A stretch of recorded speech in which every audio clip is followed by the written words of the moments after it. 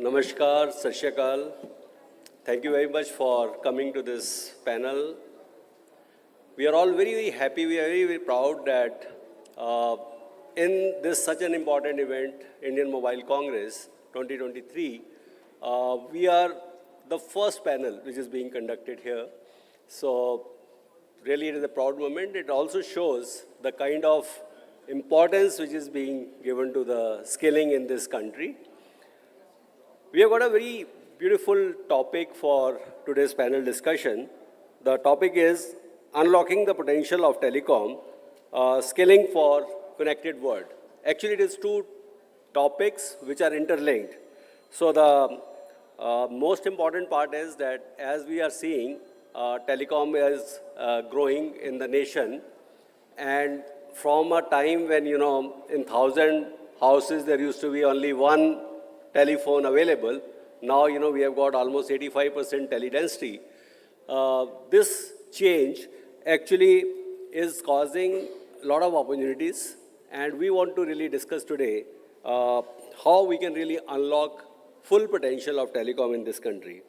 Also, we are talking skilling for the connected world. That means the way Pradhan Mantri Modi announced last year that, in Bharat 6G, we'll be leading the world with our technology. So for that purpose, we have to not only train manpower for India, but also for the rest of the world. So we have got very, very strong, very big and great panel today. All the people who are the topmost in this field, they are part of the panel today. So I'll request them to please come on the dais. Mr. Atul Tiwari, who is the Secretary MSDE, Dr. Kalsi. Dr. Kalsi is the chairman for NCVT, again the biggest person, biggest name we all know. Mr. Pankaj Mahendru, who is the chairman of ICA. Then we have got a panelist from Germany, Mr. Carsten, who is also a very strong academia background. As you all know that all India's universities, engineering colleges and basically diploma colleges, they all come under AICT. So we have got Vice Chairman of AICT, Dr. Jere. I'll request him to join. And from industry, we have got Ms. Priyanka Anand, who is again Ericsson, one of our biggest partner in CSR. She's also with us. And I'll be your moderator for the day. Thank you.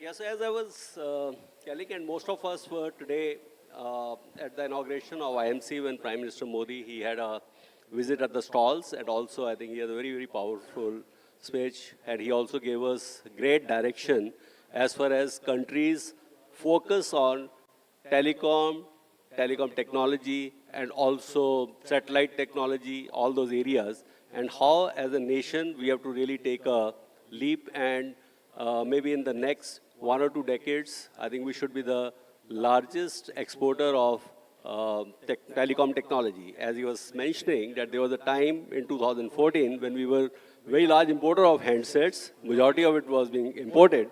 Today, we are the second largest exporter of handset. So in 2 years, we are already 11% 5G user of the world. We are having a teledensity of 85%, 1.17 billion customers. And also, we have recently got a report launched, report prepared, which we'll be launching today. That is by Drop. They have come out with statistics that as far as India is concerned, we'll be needing 11.59 million. That is the number of people who are required in telecom field, out of which almost 2.95 will be working in corporate, and 8.04 million will be working in support functions. And there is already a demand gap of 2.4 million in skilling. So a lot of people need to be reskilled, upskilled, or, like we have to bring people from outside.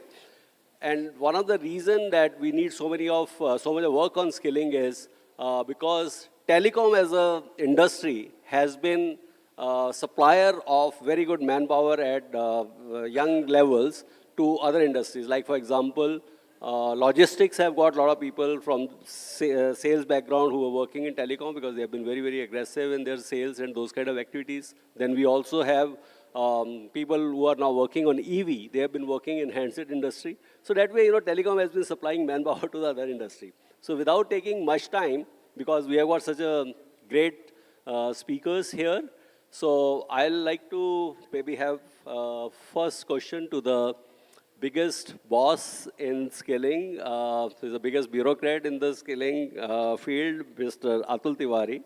So I'd like to understand from Mr. Tiwari that while, he's giving a lot of focus on skilling and telecom sector also, like a lot of pushes there. But in his opinion, what are the major things, which are expected from industry, especially from apprenticeship point of view, NAF's point of view, or, even the training which is happening within the industry, how that should be brought in the main framework of Skill India Digital, what we talk. Thank you very much, the esteemed panelist, particularly Dr. Kalsi sir. Baliji, you asked a very relevant question. The skilling, the telecom sector is such a huge sector with so much of potential for growing, and it is growing as well. And they are big players also in the telecom sector.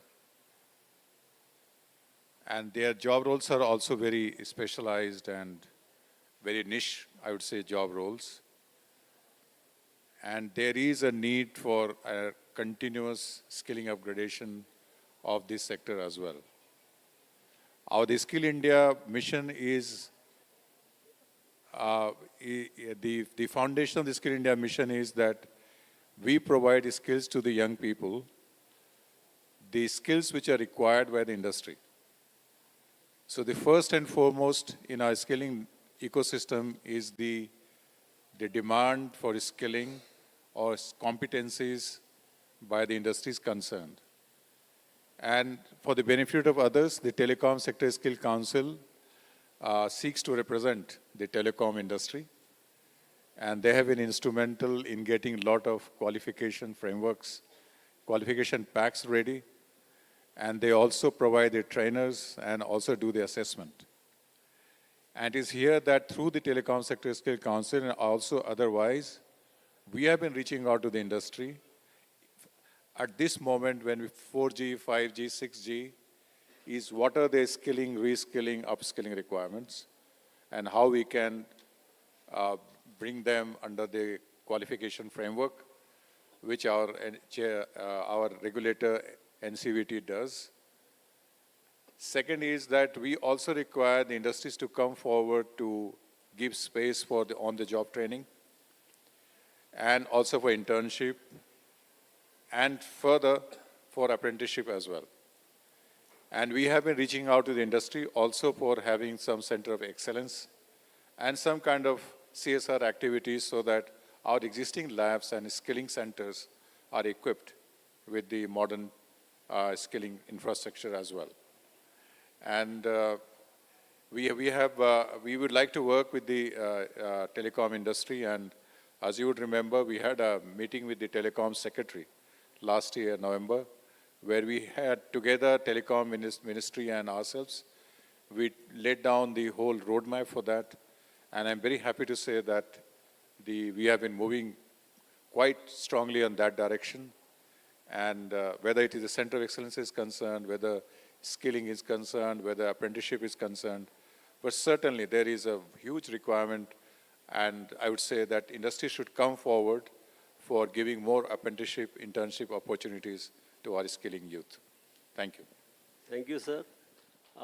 Definitely, I think the kind of guidance and support we get from you to TSSC is really great, and the reason and the way you have come for this great event for us is also really highly appreciated, sir. I know how busy you are and so many sectors you look after. Thank you very much, sir. Dr. Kalsi, like you actually don't need any introduction because you are the person who is probably an authority on almost any subject today. I see all the presentation, all the information what you share with us, not only on telecom, but I think across industry, that is really superb. And you are a person who has brought a lot of changes, and I think it is very, very visible changes in the whole system, and whole industry talks about that. And one of the pet project I think you had was credit framework, right? So we'd like to hear from you about credit framework, what are its benefits, because most of the industry still doesn't know much about it. Thank you, Bali Sahab.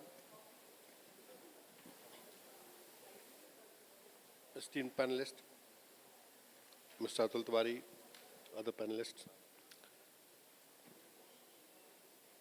Basically, Government of India brought the National Education Policy 2020 that came in July 2020, and the National Credit Framework is an instrument through which the policy is being implemented. The NCRF provides that all kinds of learning, whatever learning you are doing, can be creditized. So if somebody is working in the telecom sector scale and whatever he learns, either formally or informally, now that can be creditized and can be converted into a certification. That is the basic provision of the National Credit Framework. What it does, it will allow skilling to be integrated with education at each level. That means you can integrate your telecom skills at the level of school education, right, in 10th class, 11th class, 12th class. Similarly, if you look at the value chain of the telecom industry, most of the time we only talk about the services side of it. But you have telecom-enabled services, telecom service provider, now which is absolutely the base level on which the rest everything is going to run. Even the digital India is running on the telecom services. If there are no telecom services, there is no internet, and there is no internet, there is no digital economy at all. So telecom is the basis on which everything runs. So you have telecom service providers, then you have telecom-enabled services and service providers. Then you have network managed services. Then there's a huge opportunity as far as your passive infrastructure is concerned. And this passive infrastructure, right from your towers, your cables, coaxial cables, your base transmission stations, your antennas, your batteries, their design, their commissioning, their repair maintenance, all that is a very big area. Similarly, manufacturing the equipment as well as the handset. And then comes their repair and maintenance. So it's the entire ecosystem. And this ecosystem has skilling requirements at every level. Whether you talk about a totally illiterate person, or you talk about a person who is 10th pass or 12th pass, or a person who is an engineer or a diploma holder, or a person who is in IIT and doing cutting edge research. For everyone, there is a role in telecom sector. And telecom sector cuts across all other sectors, all other services, and that is why the multiplier effect of telecom sector is much, much higher. In last 3 years alone, the amount of data which is getting transferred on the network has grown by 7 times. So it's more than 32,000 petabytes of data in 2023 as compared to minuscule amount in 2018. Last 3-4 years, the data has grown by 7 times. Similarly, you look at the internet connections. Today, if 116 crore people have some kind of a mobile with them, out of those, 83, 84 crore people, they have internet connection of some kind. They may not be having all smartphones, but they are able to perform some of the basic transactions, say for example, UPI. Last month, the total UPI transaction, digital transaction in the country was to the tune of 16 lakh crores. That means if you multiply it by 12, you have about 190, 200 lakh crore. Our total budget, national budget is 40 lakh crores. That means in 1 year, you are taking that budget 5 times over. You are circulating that budget 5 times. So that is the impact which communication can create. So the entire digital network is running on that. So we have to have modernization of this network. When 5G is coming, 6G is coming, all the devices, all the underneath infrastructure for carrying this 5G and 6G is getting renewed. And this is where we would need manpower. I was talking to some of the service providers and I asked them, how many people per square kilometer would you need for 5G and 4G? Now, if you go from 4G to 5G, your cell area will reduce. It will go down. And therefore, you will need more people. But when I talk about commissioning of 5G and manufacturing of the equipment required for 5G, and then design of that equipment required for 5G, the requirement of manpower will go exponentially high. And that is what we have to think about. And now is the time when we design for this, when we provision for this. So all the engineering colleges, all polytechnics, as well as the entire skilling ecosystem will have to look at the manpower requirement. He mentioned that 22 million people are required in the telecom sector in the next few years' time. 22 million. 2.2 crore log chahiye aapko. So that means for about every 50 people, you need one person जो उसके telecom और उससे related सारी services को देखे. So that is the potential which telecom sector has. So I think this is one of the greatest multiplier and we must plan for it. Thank you. Thank you, sir. Thanks a lot. So we also have Mr. Pankaj Mahendru, who is chairman for Indian Cellular and Electronic Association.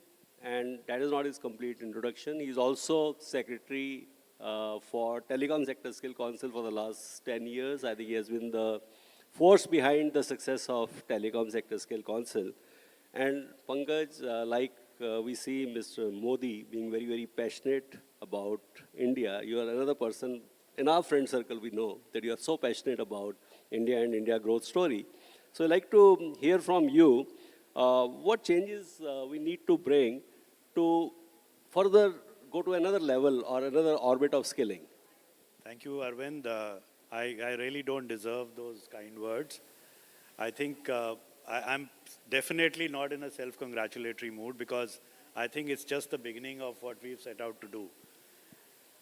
Let me tell you some of the achievements in the mobile handset industry, what Arvind was alluding to. We have grown about 1,800% in manufacturing in the last 6 years. From, thank you. So we were at a mere $2.5 billion and now we are at $44 billion. We are the third largest exporters, not the second largest exporter. Export, we touched 90,000 crores last year and we are doubling every year. So, but I think it won't double this year. We'll be about 150,000 crores. What I like to do is that I like to expand this a little bit. And I think you are going to get very disappointed when you say 22 million. I've just been traveling to Japan and Taiwan and some other countries. And the decline in population is frightening. It's really frightening. And what we see in North America is a new phenomena called the Great Resignation, which is people not wanting to go and work in plants and this thing. So, and the whole world is now trying to do the disengagement from our neighboring country in terms of supply chains, and especially in this sensitive area. So, and this is, I also want to advise the Secretary that we'll have to be the supplier of manpower to the whole world now, actually. The US has started the CHIPS Act, which is the core of telecom and electronics and the digital industry. They'll need 100,000 to 200,000 people in the semiconductor industry. And believe me, the young American is not wanting to put a space suit on and get into zero moisture in a fabrication unit. He wants to do IT services, you know, law, etc., but these hard jobs, and they call it a hard job, working in a semiconductor fab is considered a hard job now, right? Which is air-conditioned, excellent environment, but it's a tough job. You have to work 10, 12 hours. So I think the whole paradigm is going to shift. We will have to supply manpower to North America, Europe, Taiwan, Japan, all these countries, because they don't have enough people now. And in certain industries, how much you could mechanize has also hit a plateau. So I think that's one very important challenge, and it's a great opportunity, actually. We have been suppliers of manpower to rest of the world. We already have 60, 70 million people working outside India, which is one major sort of invisible export of our country. So this is the first thing. The second is that never in the history of India have such challenges been taken up. I just told you what the growth has been in mobile phone manufacturing, and you would say that, you know, the leadership would be very satisfied with what has been achieved. But the target for the next 26, in fact, we are aiming to hit $120 billion. That is another 2.5 times increase, and a 300% increase in electronics. That's just in 3 years. So these, you know, multiple growth vision is something which India has never seen before. So one very important challenge is the availability of skilled manpower. The very fortunate thing which we notice is that we think that China is the most optimized manufacturing nation in the world. Apple has set up very large plants in India, 3 very large plants. And we are absolutely astounded that within 6 weeks, 8 weeks, young girls, 18, 19-year-old, are bringing manufacturing standards, quality standards, rejections, better than China within 8 weeks, 10 weeks. This is absolutely unique, which it has not been seen anywhere in the world, such rapid increase. So it makes it less challenging that this huge supply of manpower which is going to be there, I call them the PhDs of India, the poor, hungry and desperate people. The hunger that they are showing and the innovativeness that they're showing, I think is a very, very big plus. And I think I'm very happy to have Priyanka on my side that she will, give us the real story on what is happening on the ground as far as the industry is concerned. I think this demographic dividend and passion dividend, I call it the passion dividend, is something which the world has started noticing. Especially when the global value chains are coming, the lead firms are coming here, the new lead firms. And this is a very rapid transition which is happening because the world is moving away from our neighboring country in a very systematic manner. So I'm extremely optimistic about the future.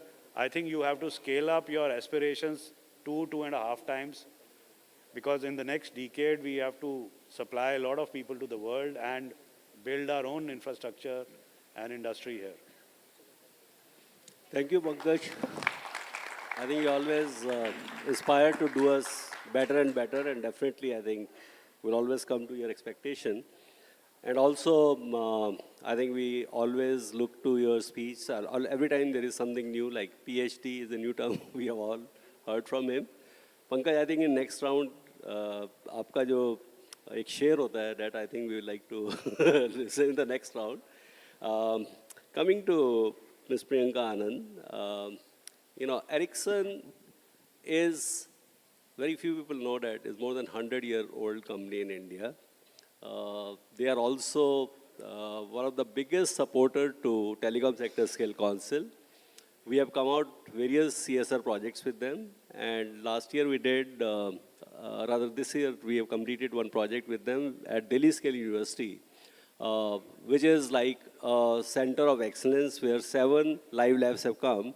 And that was so much appreciated in a complete Ericsson ecosystem that 2 of their board members came and they visited it and wrote very, very good remarks about the whole thing. So really very thankful about it. So Priyanka, you represent the industry. And also in telecom, as we are all hearing, that there was a time when telecom was electronics, mainly electronics, right? And also we were not so strong in electronic manufacturing. Now India has caught up and we have become very strong on electronics. But more than that, as we are moving from 4G to 5G and 5G to 6G, I think telecom is becoming more software driven and more need of software is there. So how do you see this change? And as Ericsson or local technology supplying situation, how you see India in next decade?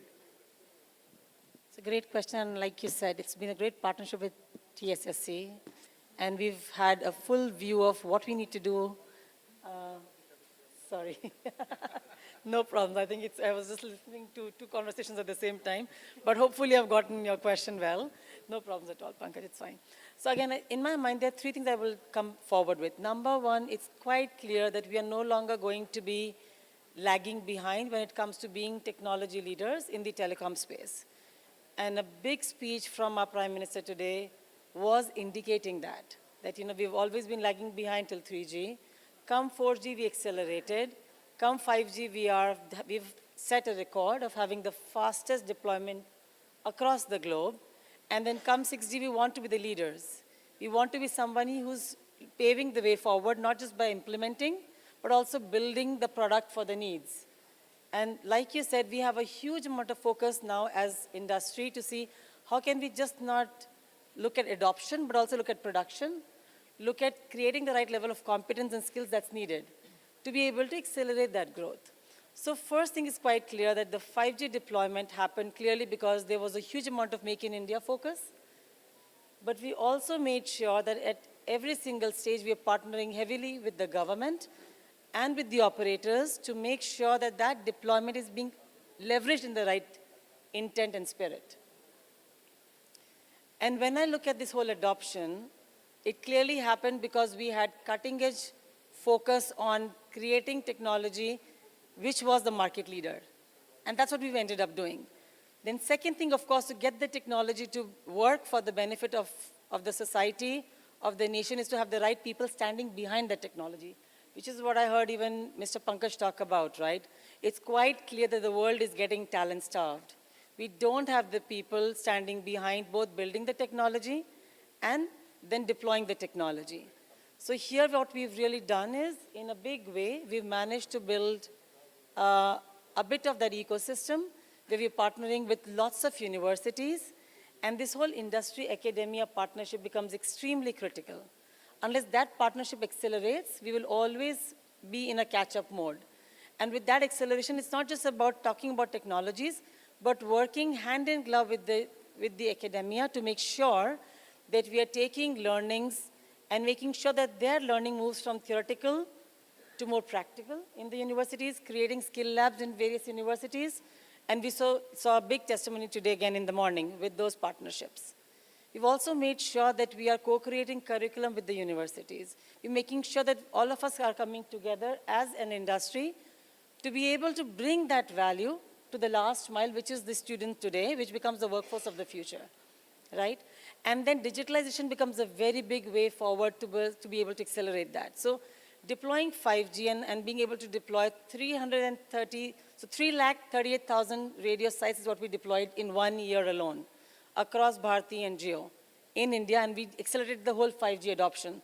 That only happened because we were able to scale the skill that we needed with the partnerships, and of course by being able to build that technology landscape within the whole organization that we are working with, right? So all I would end up by saying is that what's very important now to recognize is that the pace is going to be much faster than ever before. And to be able to capitalize on that pace, we will have to invest in both Make in India, but also Reskill India, and Reskill India ahead of the world, and make sure that we have mentors and the industry coming and working with the government and with the academia to get the skill gap to be bridged in a very, very effective manner. On top of it, like you said, we are continuing to invest in students who are both underprivileged, but also with the leading universities, a combination of both. And when we make those investments, it's quite clear that you see the benefit coming out, because we've been able to adopt those changes in ways that have accelerated our growth. And the last thing I would then end up saying is, at any given point in time, we are no longer going to be a potential global scale hub for the whole world. We already are one. We are innovating for the world. We are delivering to the world already now.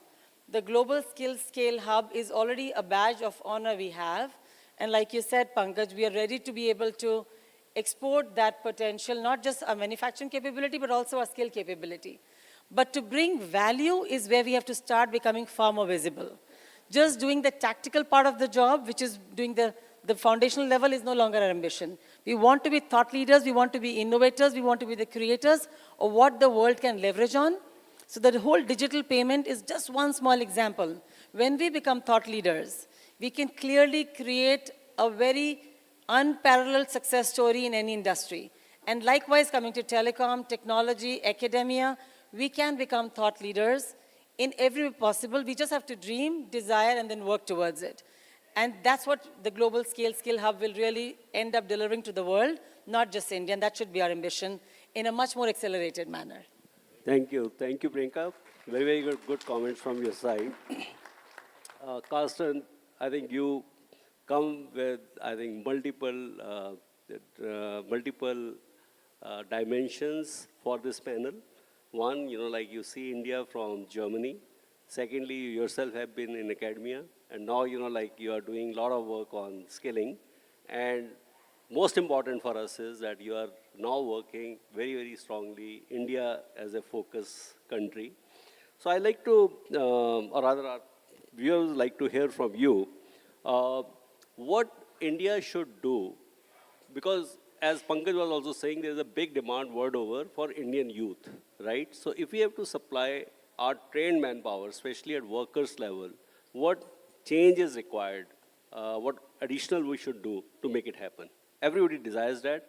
We should become a big exporter of our trained manpower for the world. So what are your guidance and suggestions? Yeah, thanks, Arnott, for having me here on the panel. Maybe giving you a German perspective on that, I totally agree with my other panelists, and that India has a prosperous future before or in the future. And indeed, a lot of Indian people are coming all right now to Germany as there is a lack of skilled workforce. Right now it's more focused on IT specialists. However, we need also engineering capabilities. And I think that's the next step we are looking at. And that's also our aim of the German Academy of Digital Education, to bring some engineering knowledge from Germany to India. Because I see that there is a lack of German knowledge presented here in India, a lot of from UK and also US, Canada, but Germany is not present. But a lot of technology fields, Germany is a leader, and we are quite well known for our dual education system, that we have the strong relationship between industry and academia. Our industry takes care for educate or skill their people. We have a system where apprenticeship is paid for 3 years, and then you have the great chance to enter the industry company. They send you to a vocational training school, and that's, I think, a great advantage that we have these strong relationships, because then the apprentice here gets to know hands-on training and what is needed in the industry. So you have a very good feeling of what is needed, and so also the skilling or the training itself has a much higher impact. It's not only theory, he knows exactly why he's learning it, because then he is part also of the company and gives some benefit to the company. I'm very positively surprised how the mood in India is here, also being in the conference, and the ambitious goals and aims. So that really motivates myself also to be here. And that's why I have the feeling that India is on a very good way. Yeah. Thank you, Carsten. Thank you very much for your very, very sweet words for our loving country. Dr. Jerry, I think we have heard you many times, very, very impressive speaker. And also, the best thing about you, Dr. Jerry, that you are like very well connected in the education system. And also, there is a new education policy as per that skilling has become part of it. Now, I know the vision is that with education, skilling should play a very, very big role, big part. But somehow I think it is taking time to take off. So what is your experience and what is your advice and guidance how we should look into it? Thank you, Arvindji. So you've asked a really big question, and I think that question Kalsi sir would be far better to address, because he is actually combining skilling and education in a most appropriate way. But okay, I will give my 2 cents. When it comes to telecom sector, we as AICT, All India Council for Technical Education, we are also doing a lot of steps. This year itself, we have actually launched a program, a BTech program in advanced telecommunication systems, which has been now adopted by more than 100 institutions. So we have around, I think, around 15,000 seats where we have given approvals where students can actually join those programs, So that's a big step when it comes to actually creating really skilled manpower, higher-end manpower, because it's a BTech program. Apart from that, apart from being Vice Chairman for AICT, I also wear a hat as Chief Innovation Officer for Ministry of Education.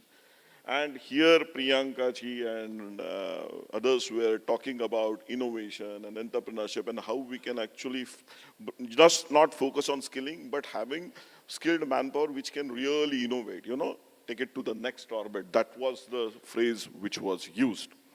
And I will be very happy to share with you that for last actually 6 years, we are pushing a lot of innovation and entrepreneurial mindset within our educational institutes.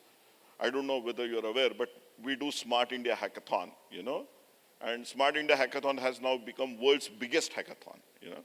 So almost, if you really, I'm currently in the process of hosting this 2023 Smart India Hackathon, and we have around 2,500 institutions participating.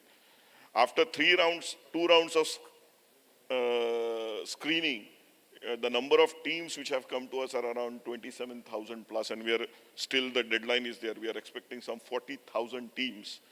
Each team has around 8 members. So you do the math. And that is after 2 rounds of screening, you know. So about, the rough estimate is around, somewhere around 2 million students participated in the first round, you know. But if you really look at the hackathons which we do and the projects and the solutions which are coming out of it, they are mostly telecom based, you know, telecom based, database, IoT. Means the telecom is the horizontal, irrespective of whether they are building an application for agriculture or education or, you know, healthcare. The telecom is the horizontal which is currently there. So it's a good place for all the people sitting here to actually look for talent, because, and I will actually invite them to check at Smart India Hackathon and visit those centers. It's a physical hackathon which we do out there. Apart from that, just to push innovation and entrepreneurship culture, we have done something very, very unique. And it's a very homegrown kind of a model where we have established Institute Innovation Councils, what we are saying IICs, in about 7,500 institutions. And these IICs, what they do is that they are responsible for building innovation culture within our educational institutes.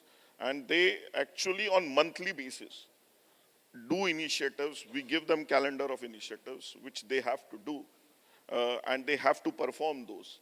And we will ensure that if they perform those activities for 2 years, then that innovation ecosystem will get established within our educational institutions. So what I would like to convey from this 2, 3, and many such aspects, it's considering the paucity of time. What I would like to say here is that I would like to invite the telecom players, partners, and actually, Kalsi sir talked about different partners which are there, to join hand. And we can be a vehicle for them to reach out to tier 2, tier 3 institutions, where the real talent is there. And PhD, which he called about the real hunger, is not in our premier institutions, but in our tier 2, tier 3 institutions. And we can help them in actually reaching out there and fetch good talent. And then I will assure you there is no paucity of talent in this country. Thank you. Thanks a lot. And I think all the good things which we are hearing from you, Dr. Kalsi and Mr. Atul Tiwari, are friends from DOT, DDG, Skill Development, and other team who are here. Will be very happy that in telecom skilling, good work is happening. So Pankaj, our topic is unlocking the potential of telecom. So what is your view? Like, are we actually doing enough for that? Or there are some points from your side that, okay, these are the things we do so that we can really unlock the full potential?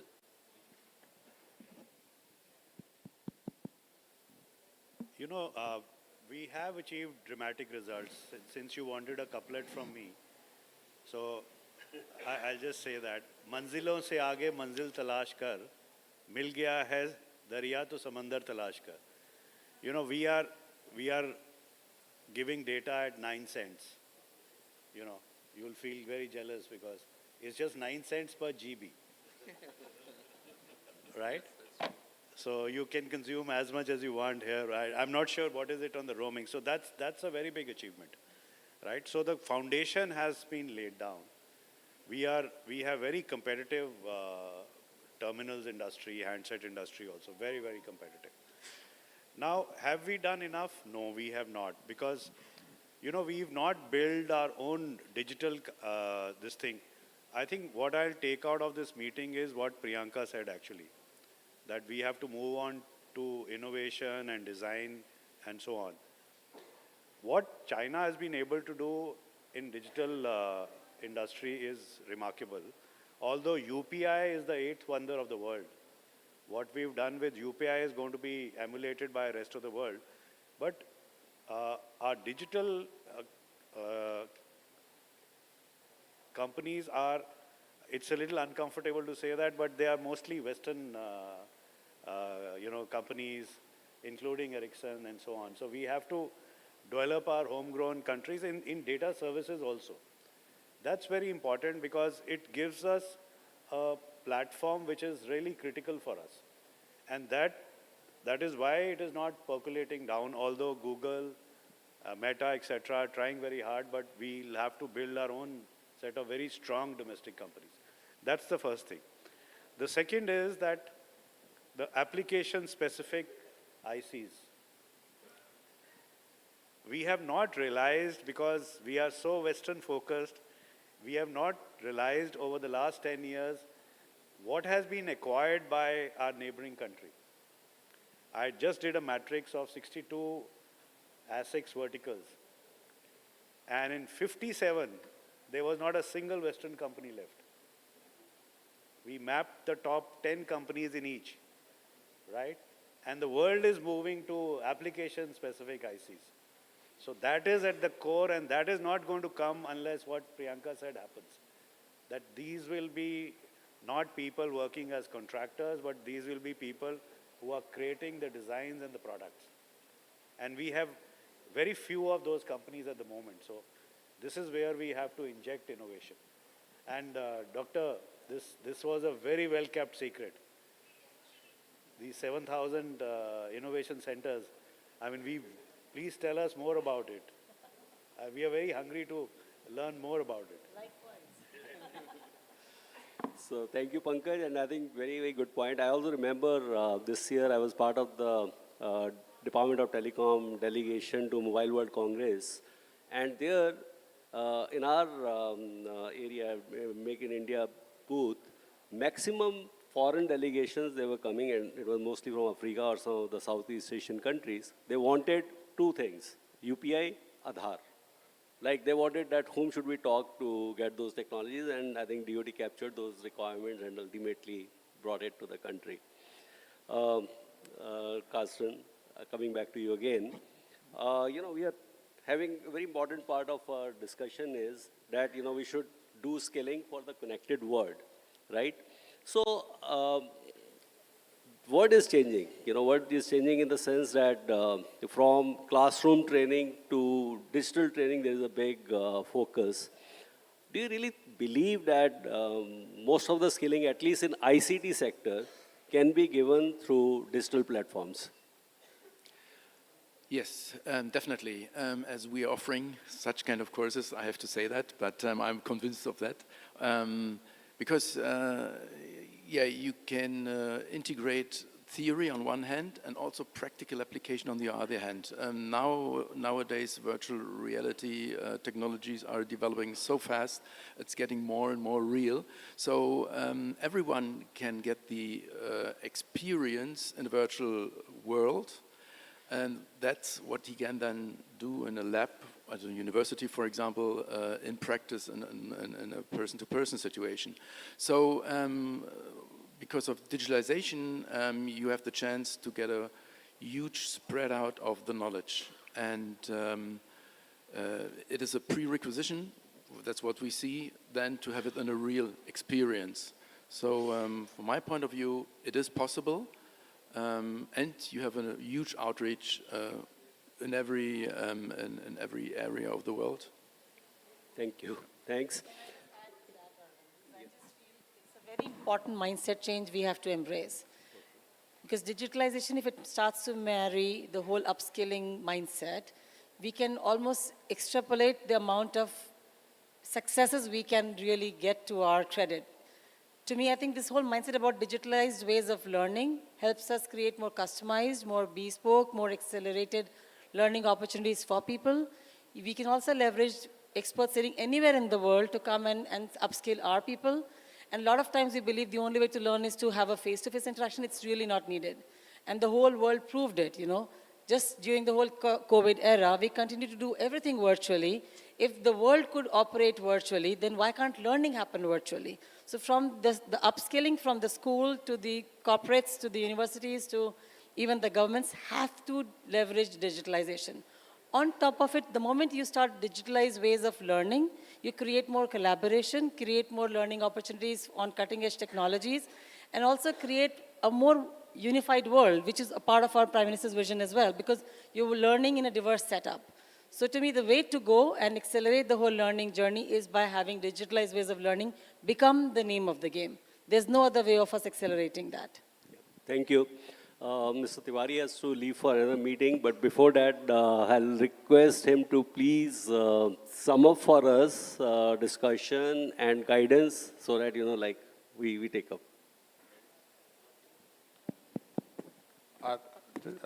Thank you, Mr. Bali. First of all, I would like to congratulate you for a very varied panelists.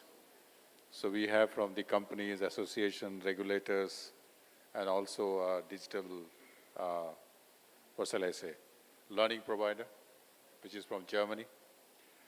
A lot of things have been said about, and I can sense that I need to speak loudly what the government has been trying to do. Once again, to emphasize the point so that whatever all we have said can be brought on that framework for further action. First of all, I would say that there is, as Dr. Kalsi was saying, national education policy, and there is a credit and a curriculum framework. And as Mrs. Anand was saying about the courses being designed, as Mr. Jere knows about the AICT colleges.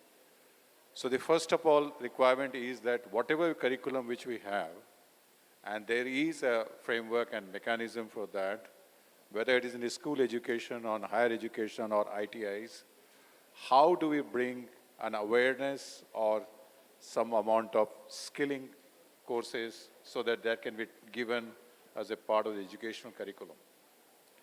And in this regard, NCVT, our regulator, and Telecom Sector Skill Councils, they've already designed different courses which can be taken as per the credit in the engineering colleges and as well as the schools and other general colleges as well.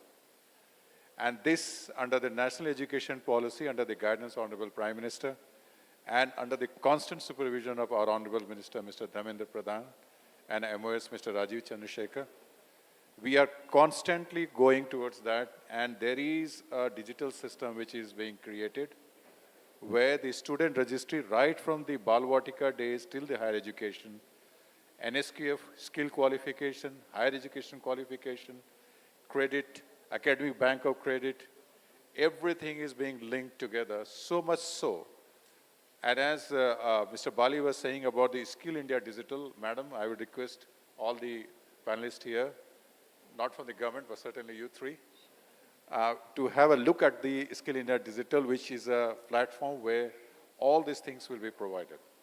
And we have a JobX. I request Ericsson and other companies, you also, sir, you can also talk to us and see how we can bring even the paid courses also on the Skill India Digital framework. And to my mind, this is going to be this will bring a sea change, a paradigm shift in the way skilling has been looked after. For long, the skilling has been considered as a poor cousin, or not a very, very poor cousin of normal education system. And under the guidance of the National Education Policy and our Honorable Minister, that the first time that the skilling and education are being brought together on this curriculum framework and the credit framework. And I'm very proud to say that just now, a few days back, we gave a convocation to ITI graduates, just to bring into line in the guidance of our Honorable Prime Minister, that the people who are coming from the ITIs also, they also deserve the recognition. At that time, the UGC, AICT, and NCVT regulator was also present. So point I'm trying to say is that the skilling is very important. In the changing landscape of India, the skilling is getting more and more important. and our education system, which creates a chunk of the largest number of these students, flow and stock kind of a method. So that is also they are trying to bring in the skilling part. So we'd encourage the industry to come forward and engage with AICTE in case they want to have a customized skilling courses, which can be part of the curriculum. Yes, sir, we will be able to do that. If you require any short skilling, which can be given creditized, yes, we will very much willing to do it. So having skilling courses small is one side, but getting it as a part of the general curriculum is the most important part. And that is where it is happening. So we'll encourage industry for design their courses, share your learning thing if we can give it for the other people to do it. If we have some paid courses, upskilling courses, please come and engage with us in Skill India Digital. We'd like to take it forward and bring it more in line with that. So this is what we have been looking after. And to give for the record-wise, the Telecom Sector Skill Council, we have already given them around 10,000 target for all the 5G things. There was a question about the rural kind of skilling. What should we do about the rural point? Dr. Kalsi has already approved the Gramin Udyami project. So we have, it's a multi-skilling project, multi-skilling course. So where they will splice this and that. So, and they have already gone ahead. And in the northeastern India, we have got the mobile skilling vans there. So they can go into the remotest part of the India and train this youth in how to handle the 5G and other technology business. So we are very upbeat about this. And as we see the PLI scheme and such other schemes coming up, a lot of investment going into the telecom area, we are gung-ho. We are very happy with the blessings of, he is my regulator, so I have to appease him and keep him happy. So with his constant support and encouragement and the cooperation from the AICTE and UGC, that we are going to bring all these 5G things which are going to make a skill very important as part of our ecosystem. And finally, about the international skilling, sir, we have made the NSDC International, which is a company. We already sent 26,000 people in the other countries. We just sent nurses to Finland. We are sending to Canada, UK, and you name it. We have 18 countries. We have got the demand supply straight done, including Germany. We have set up German learning schools in India. We have a Japanese learning schools in Gurgaon, and our kids are passing it and going abroad and getting a good jobs abroad also. So it's here like I will require that telecom companies, if they have such a wide network of international consortium, we'd like them to tell us through their sources what will be the job requirements, the skill requirement there. Under the G20 also, under the Indian leadership, the first time historically, we have agreed on the skill gap study among the G20 countries. And we are working with the OECD and ILO so that we have a whole system, database of which are the skilling requirements in which country, and so that we can send them together.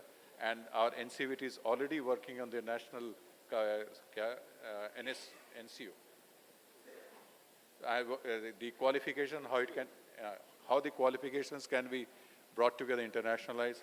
So I would like to assure and tell the audience here and the panelists that we are here, Mr. Jere, Dr. Kalsi, and myself, at the invitation of Mr. Bali, who is an old industry hand, with the hope that today's discussion and how the way we are talking and explain the skilling area will do much, much more in the telecom for skilling. Thank you so very much. Thank you very much, sir.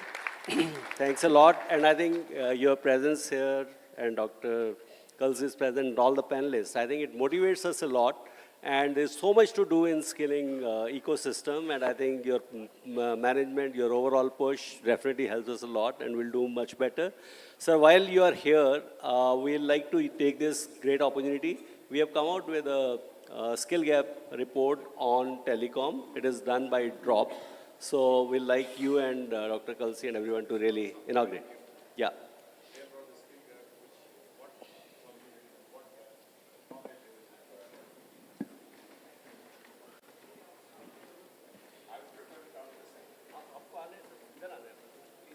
Please, sir, this side, you have to come in the front. Sir, up.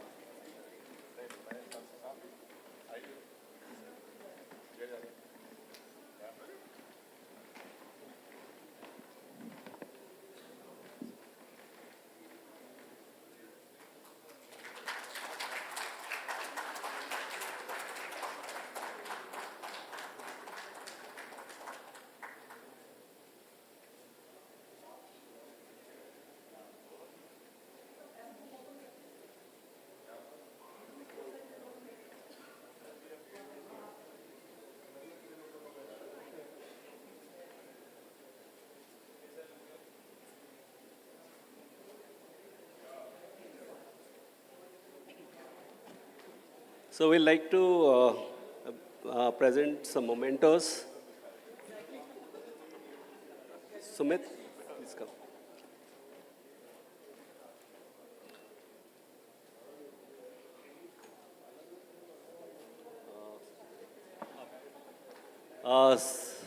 Sir, my colleague Sumit Munjal.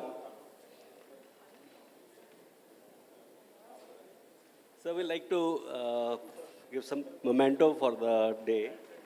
Mr. Sumit Munjal will present to you. May I now request Gaurav? Yeah. Dr. Kalsi.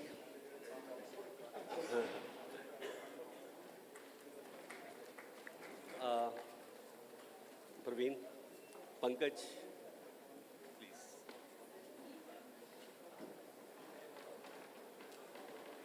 Sudhir. Parul.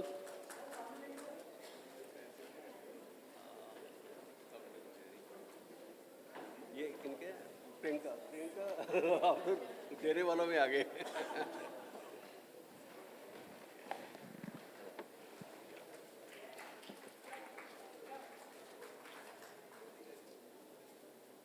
So, to Dr. Jerry.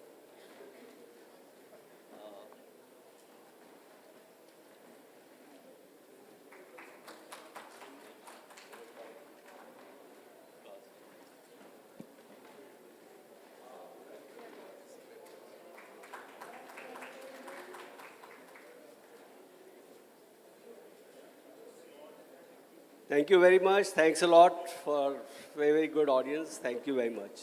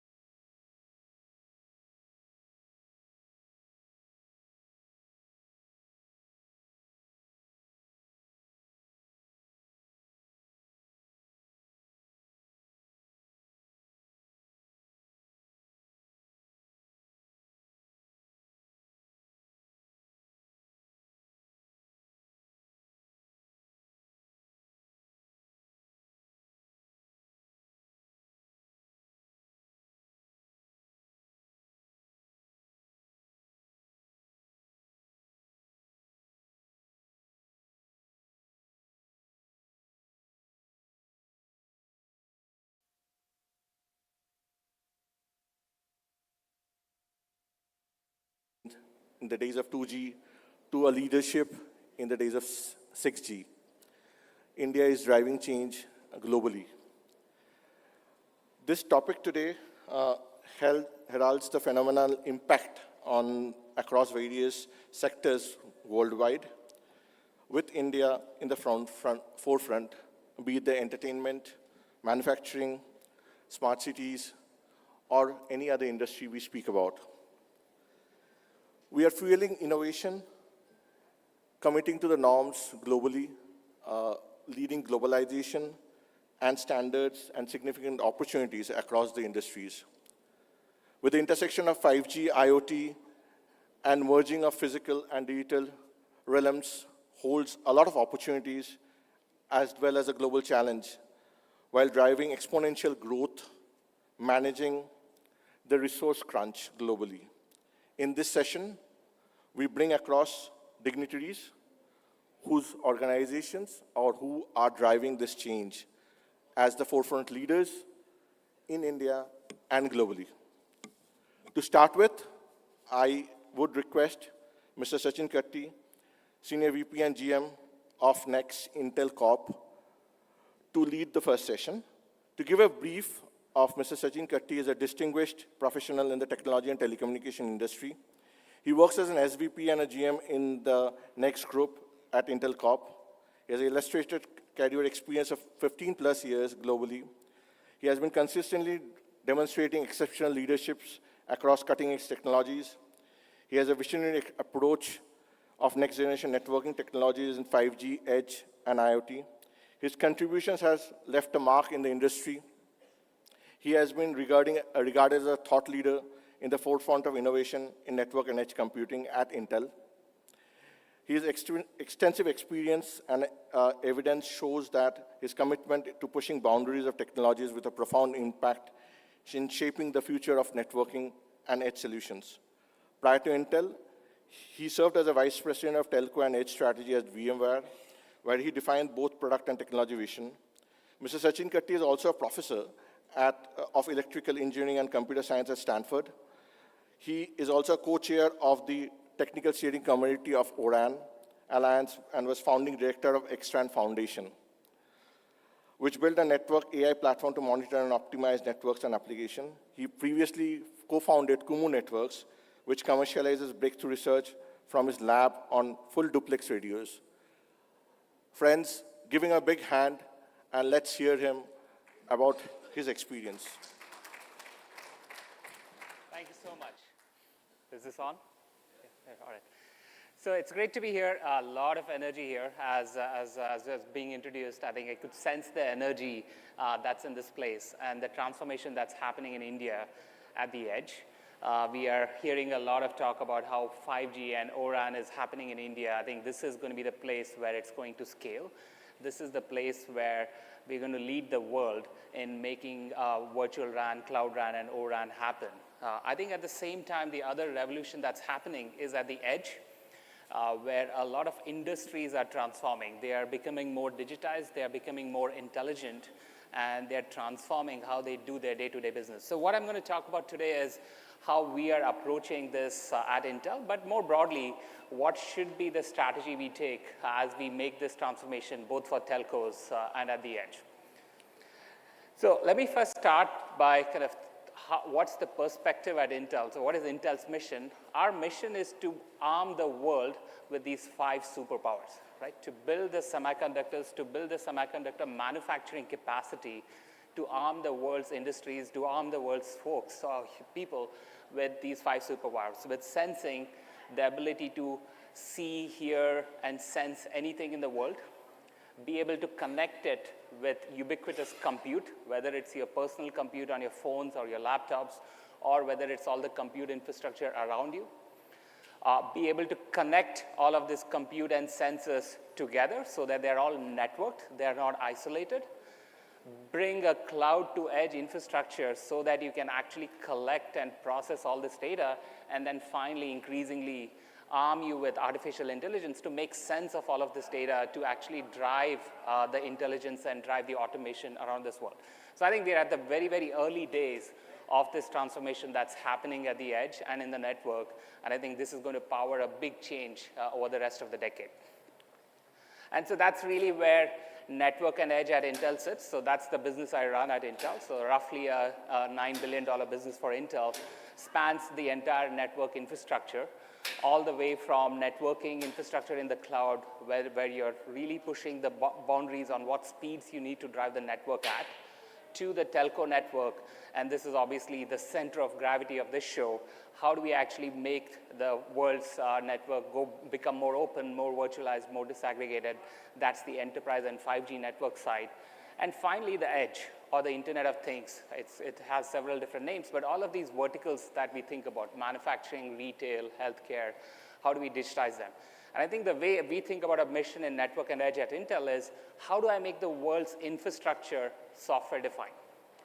Any piece of infrastructure, whether it's your network infrastructure, whether it's your cellular infrastructure, whether it's the physical infrastructure around you, all the places you go to shop, go to eat, go to get healthcare, how do I make all of this infrastructure software-defined? That's really the mission. Go from fixed function hardware to more general purpose compute platforms and define this infrastructure in software on top of it. Now, the question that I get asked is, why will this happen? Why will this world's edge infrastructure become software-defined? We like to use the phrase edge native, and by that we mean the software that's going to power all of this infrastructure is going to be native to the edge. It's not going to be something that's born in the cloud and we pull it out to the edge. It's actually going to be built ground up to be edge native. And we really think of it as 3 laws that are going to make this necessary. So the first one is the law of physics. Often, many of these applications need to be very close to the edge, because if they're too far out, the network may be too slow, maybe unreliable, or the latency may be too high for you to be able to deliver the kind of edge-native experience that you need. The second is the law of economics.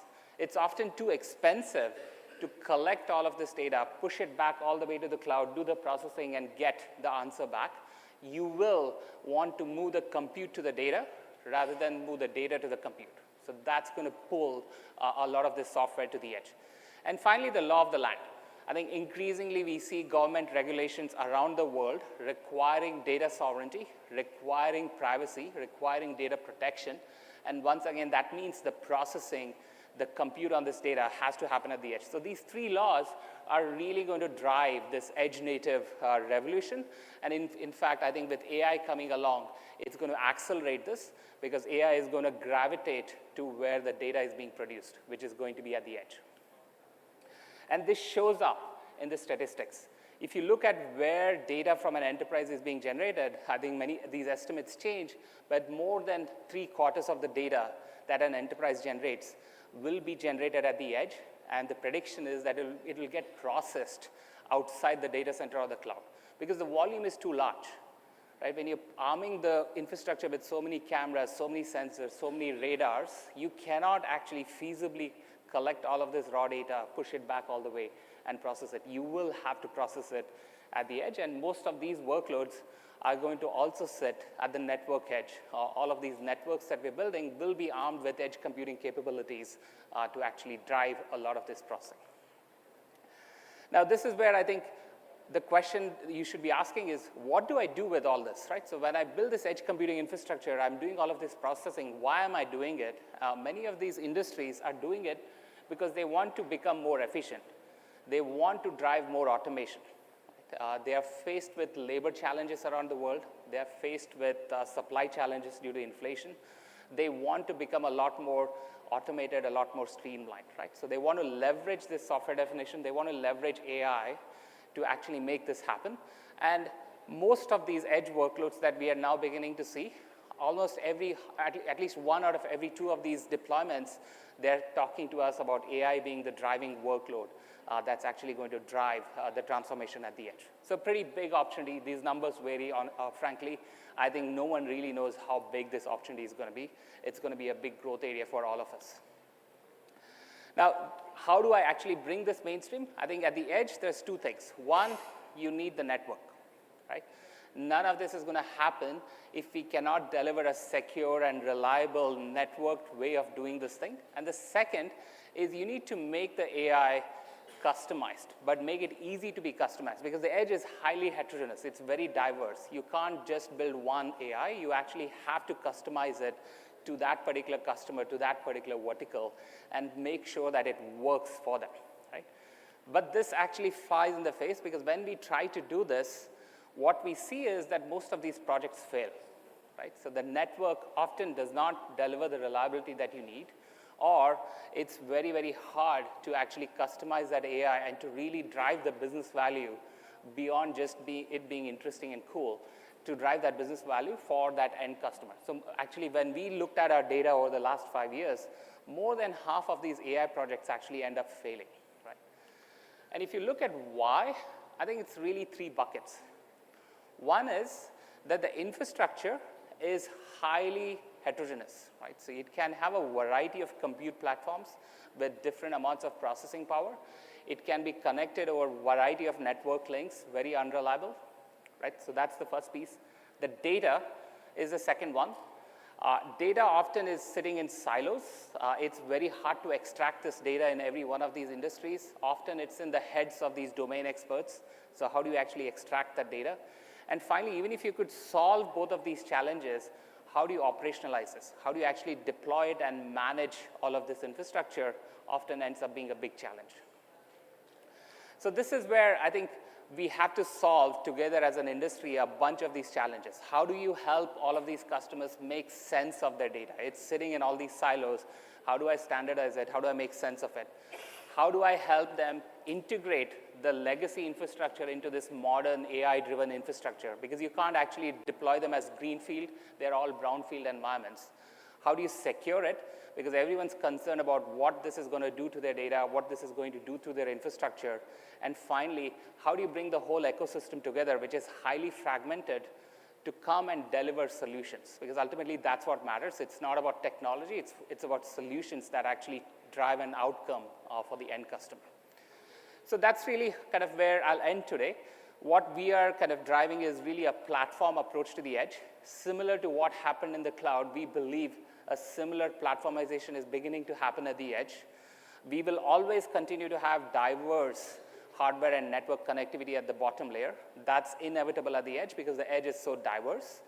But at the next 2 layers, at the infrastructure layer, actually making it easy to abstract the complexity of this hardware, make it easy to operate a highly distributed infrastructure with an infrastructure layer that makes it easy to manage a fleet of devices, secure them, connect them, and lifecycle manage them.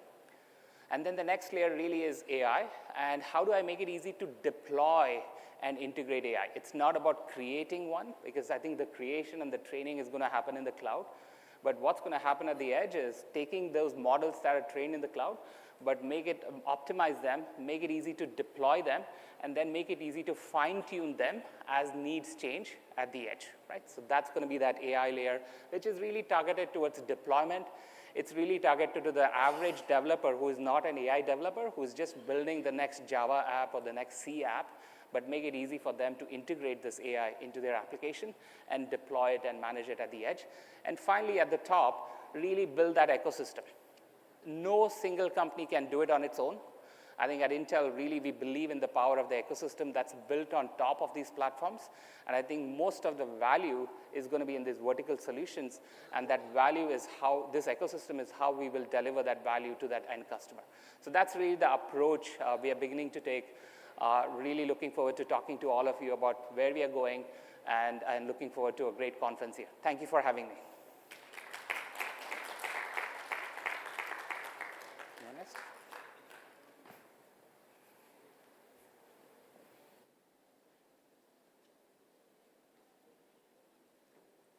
Thank you. Thank you so much for an insightful session. It was really an eye-opener for many of us. I'm sure many of us out here could take a lot of takeaways from the discussion. Thank you so much. Moving on, we have Mr. Varun Das, the Head of Product for Consumer and B2B Business of Airtel. Mr. Varun Das has an illustrative career. He is He has played a pivotal role in shaping the product vision and strategy for the company. With a career spanning of 16 plus years in the internet, digital media, and telecommunication industry, Varun has a global expertise gained with his work in the United States, Australia, and India. His journey in the industry has been marked with a series of key roles at renowned companies, notably at Marchex, a leading mobile advertising analytics company. He has held responsibility of leading the product and data strategies, showcasing his expertise in data-driven decision-making. In his previous experiences at giants like Microsoft, Condé Nast, Ericsson, and Optus have seen him take a lead of both product and network teams, further solidifying the prominence in the industry. At Airtel, Varun leads the crafting visions and strategies across diverse portfolio of consumer and B2B products. His efforts extend to build digital platforms and data products at scale aimed at driving growth and enhancing the customer experience of the vast clientele of over 360 million consumers, 3,000 plus enterprise businesses, and 1 million SMBs. His leadership and expertise is integral to Airtel's continued innovation and excellence in telecommunications and digital domain. Apart from this, Varun contributes to the industry by mentoring aspiring professionals and advises early-stage companies interested in entering the Indian market through Australia-India Innovation Network, a program that aims to drive more Australian tech startups in India. We welcome you, Varun. Please give him a round of applause. And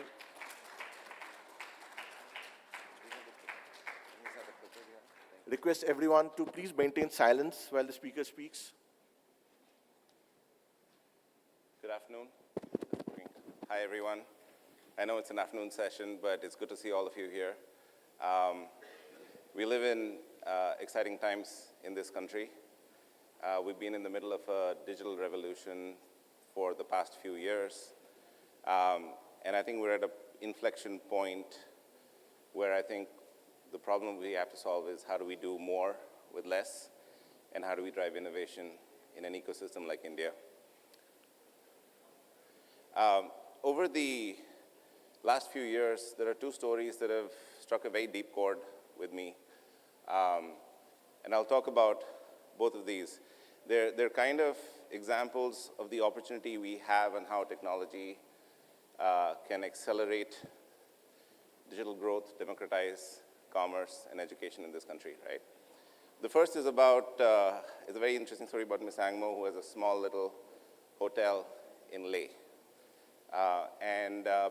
Prior to internet connectivity, she had no direct connect with her customers. She ran a business predominantly with word of mouth or by contacting customers on the phone. And with the extension of 4G into the region, she is today able to grow her business, list her business online, and actually interface with customers, which has worked well for her, her business, and her family. The second story is about connecting the children of Kargil. So in 2021, during the pandemic, when everything was locked down and children were doing online classes in most of the cities, the children of Kargil weren't going to school. And so with the help of the government, they had 12,000 odd tablets that were distributed to us. And our mission was to connect these kids at 3,000 feet with high-speed internet. And they were able to go to school, continue their education during that period, and have access to high-speed internet. And so if you look at this, this is the face of Rising India. This is the opportunity we have and the kind of innovation we can bring about to drive growth in this country and progress forward, right? And that brings us to a very important question to consider, right? We have an ambition to be a $5 trillion economy towards the end of this decade. And so how do we maximize growth through finite resources? And how do you do more with less? And in my opinion, that really powers innovation in this country. And so today, I'd like to share a few stories of what I believe is the power of the possible from my perspective, and how we are innovating in India. The first story really is about broadband connectivity in India, right? We have a vast country.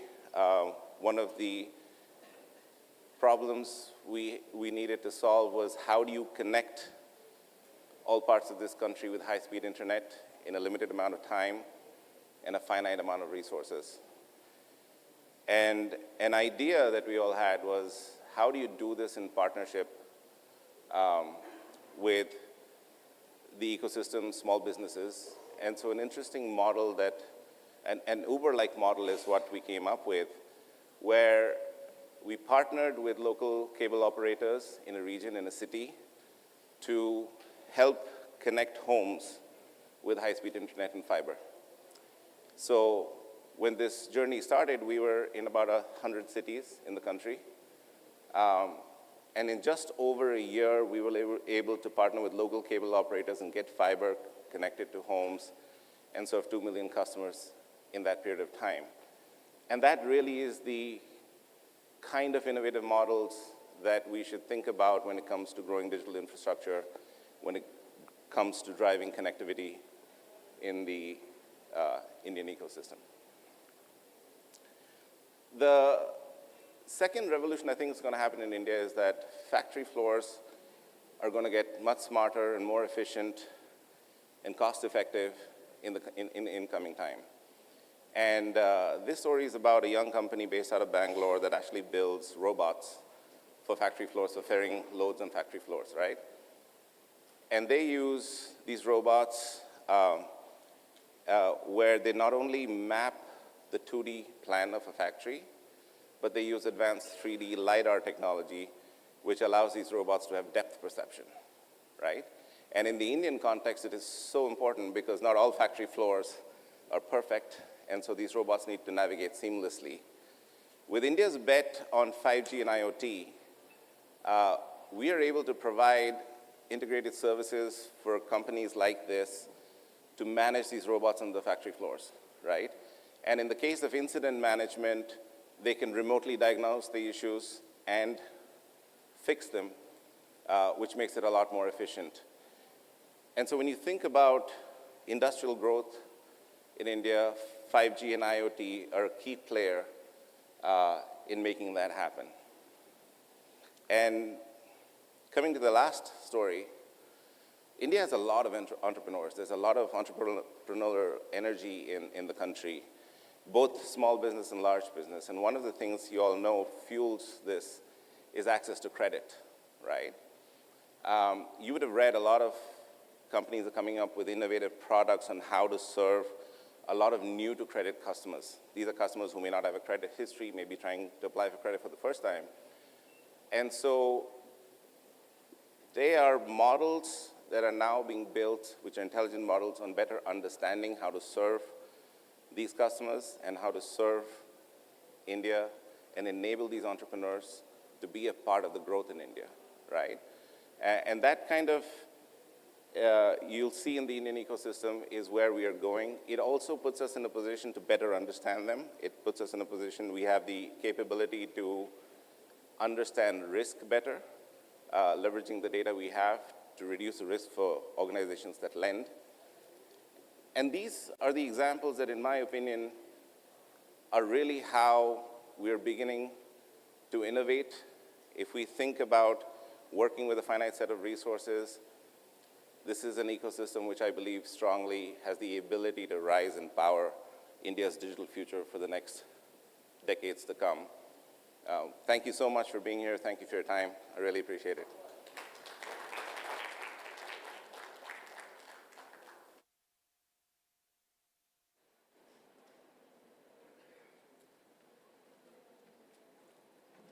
Thank you, Varun. Great case studies, great way of impacting people. Great to learn about this. Simple things help make lives better, right? So our next speaker, Mr. Gils Garcia, he's a senior director business lead of Wired and Wireless Communication Group of AMD. He is a distinguished professional with a remarkable career in the semiconductor industry. Currently serves as a business lead for AMD. Since 2016, he has made significant contributions to his role, taking added responsibilities within the wireless business, service provider, and channel and customer business development. His journey in the tech industry encompasses of wealth of experience, having worked with a wide array of cutting-edge technologies, including switch fabric, Ethernet, packet processing, and more. His role spanned across marketing, branding, strategic initiatives, M&A, business development, communication, market analysis, and network markets. Prior to his tenure in AMD, he held the position of Corporate Global Account Manager for the leading telecom account at Glintz, where his impact was substantial. Furthermore, his 19 years long tenure at IBM includes his strategic role as Strategic Marketing Manager for IBM Microelectronics division as a testament of his deep knowledge and insights into the industry. His extensive experience in the enterprise, data center, telecom markets, along with his multifaceted skills in customer relationship, press relations, and communication planning makes him an invaluable asset for AMD. His presence in wired and wireless communication groups drives innovation and growth, making him a prominent figure in the semiconductor and technology sector. We welcome you, Mr. Gills, to this discussion. Please give him a round of applause. Thank you for this introduction. So, good afternoon, everybody. My name is Gilles. So I have a small accent. I'm French. So you will have to bear with me. But first of all, thank you for the two previous speakers, because I think that the story they have talked about are very inspiring, especially on the Airtel side, showing how we can impact the life of the people. So I will take a slightly different approach. What we need for the digitization, especially in India, is what are the challenges that we're facing in India and that we have seen as AMD, as a company, a corporation, happening in India. So first of all is power. I think, how can we deliver power-efficient network infrastructure, AI solutions, laptop solutions that can really go into places where you need to be very efficient in terms of power. Performance. You have seen several applications that nevertheless are low latency requirements, quite high bandwidth when you want to do remote education, remote medical checks. You need to have quite a large bandwidth because the data that will be exchanged will be quite important and sensitive information. Same thing, we talk about AI in the two previous presentations. In AI, one size does not fit all, meaning that if you want to do AI at the far edge, this is not the same technology that can be used for the edge or for the data center AI. So the key thing is to have a broad portfolio of AI technology that can scale, and scalability is critical, still taking into consideration performance and power. So last but not least, on these challenges for digitalization is innovation. How do you sustain innovation in order to make sure that you are continuing to invest and to provide technology solutions to the operators, to the system providers, to the ecosystem, and we'll talk more about the ecosystem, in order for them to deliver systems that are changing the life of the people.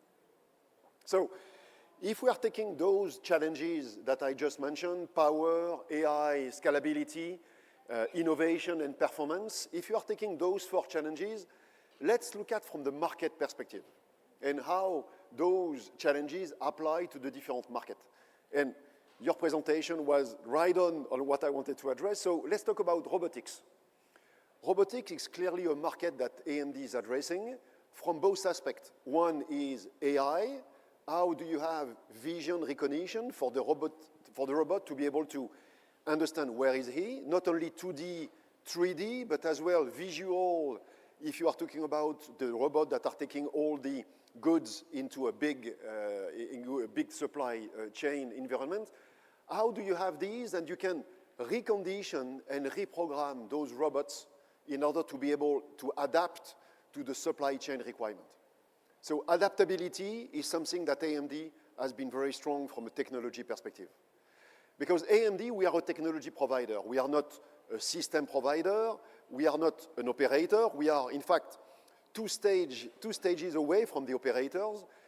Between us and the operators, there is all the system providers.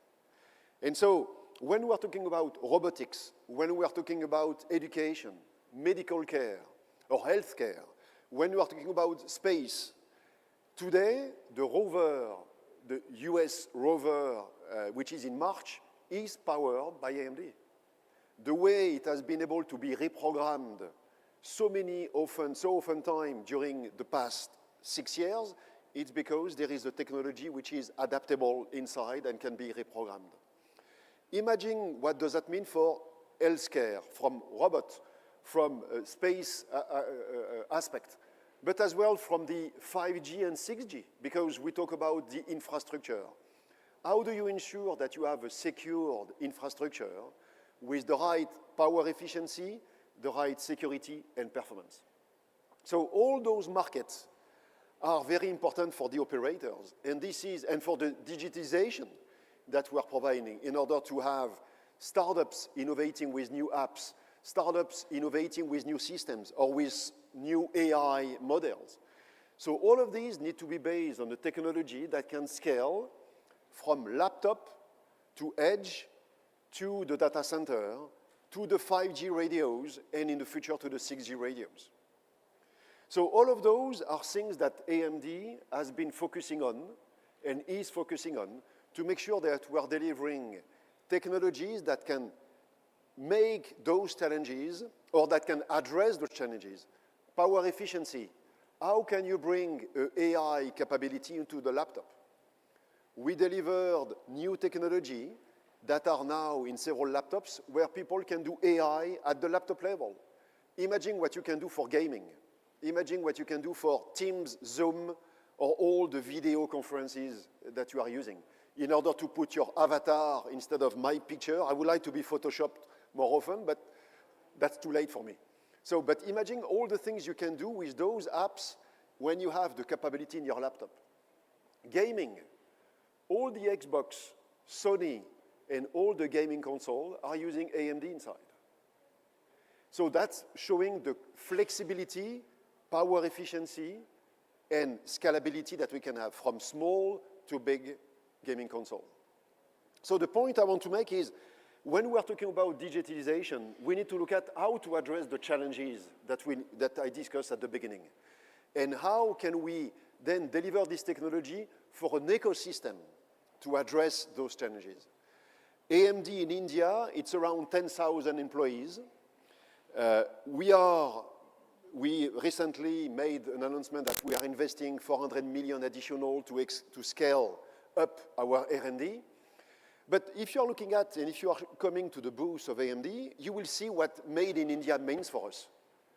Made in India means for us that we are providing a technology to an ecosystem of partners in India that can scale from laptop to servers to 5G radios to RAN, radio access networks, all built in India and manufactured in India. So if you are coming to our booth, we have 9 4G and 5G radios that has been built, that are manufactured in India. Again, I can name Leica Wireless, C-Dot, VVDN, Resonus, HFCL, and I'm making probably another 3, Astrom. But come to the booth, you will see all of them. Same thing for the server. We have the first server made in India displayed in our booth. And all of these is to address the capabilities of India and to develop the India technology and the ecosystem, because this is how we are helping for the digitalization in India. Providing the right technology for the right application, and again, one size doesn't fit all. The robotic devices that we are using is different from the one you are using in the 5G radios, different from the one that you have to have from the medical care or the X-ray machines. So same thing for the AI. You would like to make sure that you have the right capabilities of AI focused on the workloads that you want to do at the different laptop to edge even to the 5G radios. Very soon, you will see that AI is coming to the radios as well. So scalability, power efficiency, performance are critical to be able to address this digitization in India. And AMD is very proud to be here today, first of all, to be part of this event, and to be able to discuss with all of you about your project and how we can help. Thank you very much.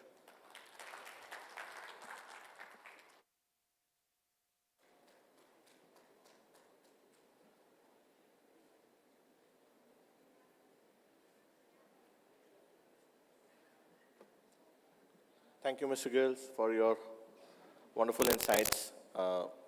Thank you, everyone, for being a great audience. And I'm sure all of us have taken quite a few insightful data, quite a few important information, quite a few simple innovations, which we would like to nurture and implement in future or create innovative ideas out of those. We would take a minute and present the mementos. I request you to please wait for a couple of minutes.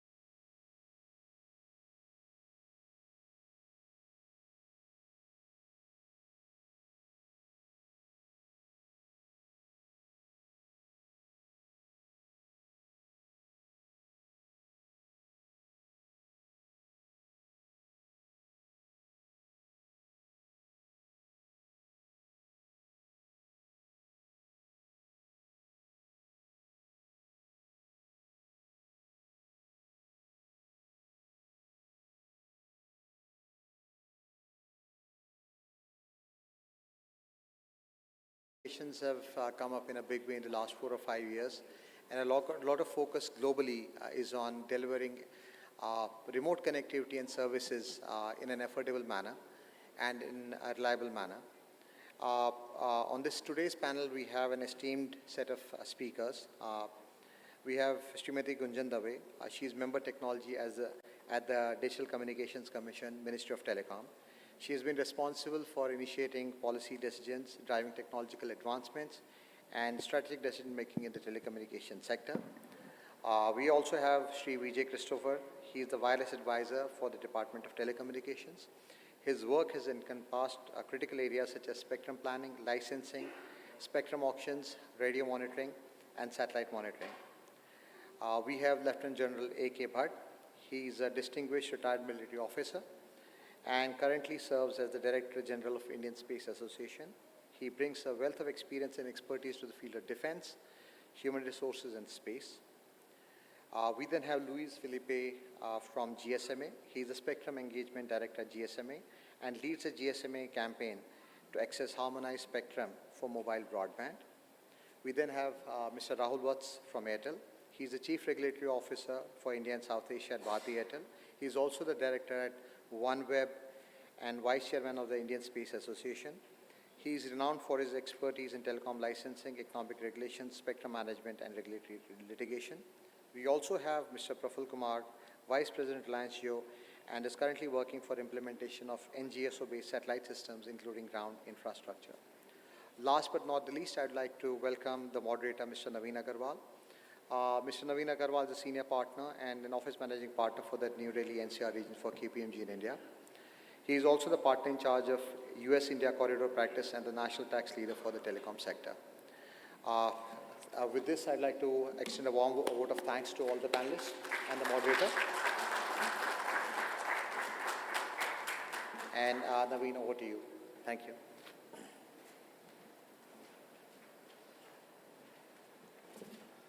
Thank you, Rahul, and good afternoon to all of you. Very warm welcome.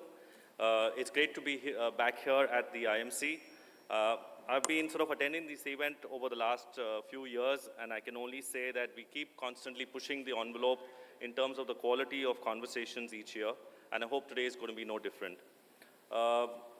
ISRO's achievements, if we talk about space, the ISRO's achievements have proved without doubt that when it comes to technology, talent, and tenacity, India is second to none. And there's a lot that we have to be proud of as a nation.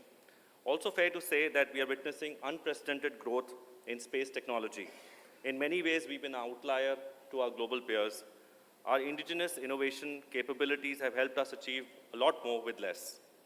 With the rise of digital revolution, whether it is fintech, edtech, health tech, agri-tech, or for that matter, anything tech, the focus is now on strengthening the nuts and bolts of the internet, the underlying electronics, devices, and products that power the internet, all with a view to bridge the digital divide.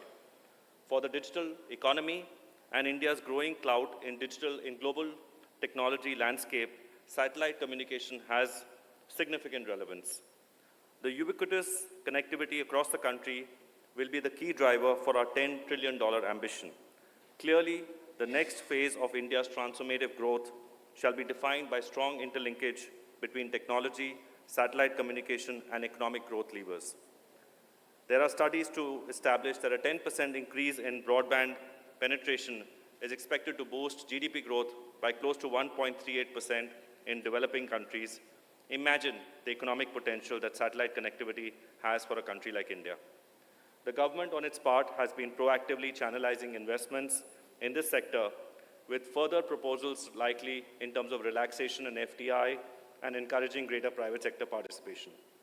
In my view, private sector has an important role to play in making India a global hub for satellite communication, whether it is in terms of talent development, innovation, or technology partnerships. We have a distinguished panel here today.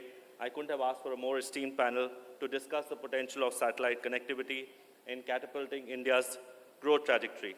Before I get into the panel, I also wanted to officially announce that we have launched this publication. Today, it's been launched in the presence of the Secretary, and we will, have a copy of this available to all of you. just reference to some data points which you'll find interesting in the report, that India's satellite communication market today is valued at close to $2.23 billion, which is in 2023. And this market is expected to grow to $25 billion by 2028. So significant jump that we're going to see in the next 5 years. Also, India is at the 4th place in terms of investments, $2 billion in about 110 firms in the space sector.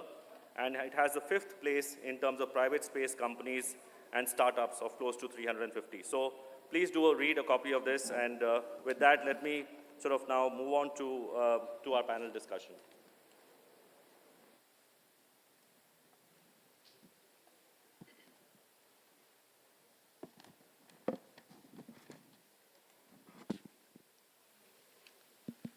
So, the session that the way we structured this panel is essentially around 4 themes, as I would say.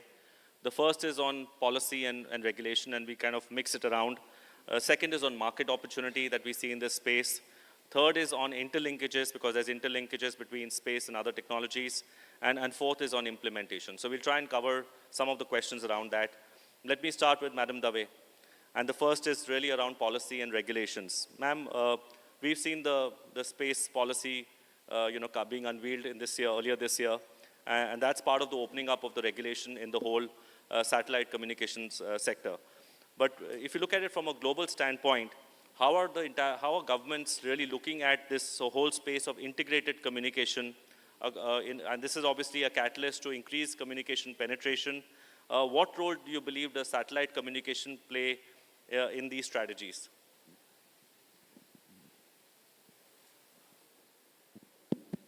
Hello. Yeah. So this integration is something new which has started coming up, and I feel it's very important that terrestrial and non-terrestrial technologies now do start getting integrated. And FCC in USA, they had come out with some consultation paper, but so far it has not been closed. And that was basically for integrating satellite communication with the 5G and terrestrial communication. As far as India is concerned, so far we have been very, very open in liberalizing the regulations and policies. With the new space policy which has come out in 2023, lot of space industry has been opened for the private sector. And so that is a very, in fact, encouraging move. And DOT also on its part, as far as satellite communication is concerned, we have liberalized the policies.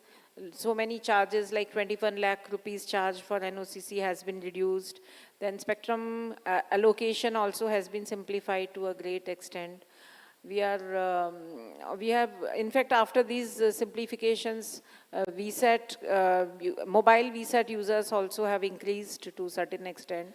So in that direction also we are moving. And as far as this integration part is concerned, we have also opened the license to GMPCS. So 2 operators have already been assigned the license, and already consultations are on for allocation of license to 2 more operators. Of course, spectrum part is still under consideration. So trial license we have given, and I believe that some use cases have already been demonstrated in today's, in this IMC. So from DOT side, we are very, very positive to move towards that direction. So the technological changes are the need of the hour. So as and when they happen, yes, of course, this has to happen. Thank you. Right, thank you, ma'am. And I think that's a good segue to the next segment, which is really around the market opportunity. Maybe I'll address this question to Mr. Lewis. Satellite communication is seen as a solution to provide connectivity in the remotest of areas. And that's obviously going to provide a fillip to the entire economic activity in the hinterland. It's also going to address the underserved communities across India. So can you talk a little bit about the role SATCOM can play in bridging this digital divide, and especially which is important for countries like India? Of course.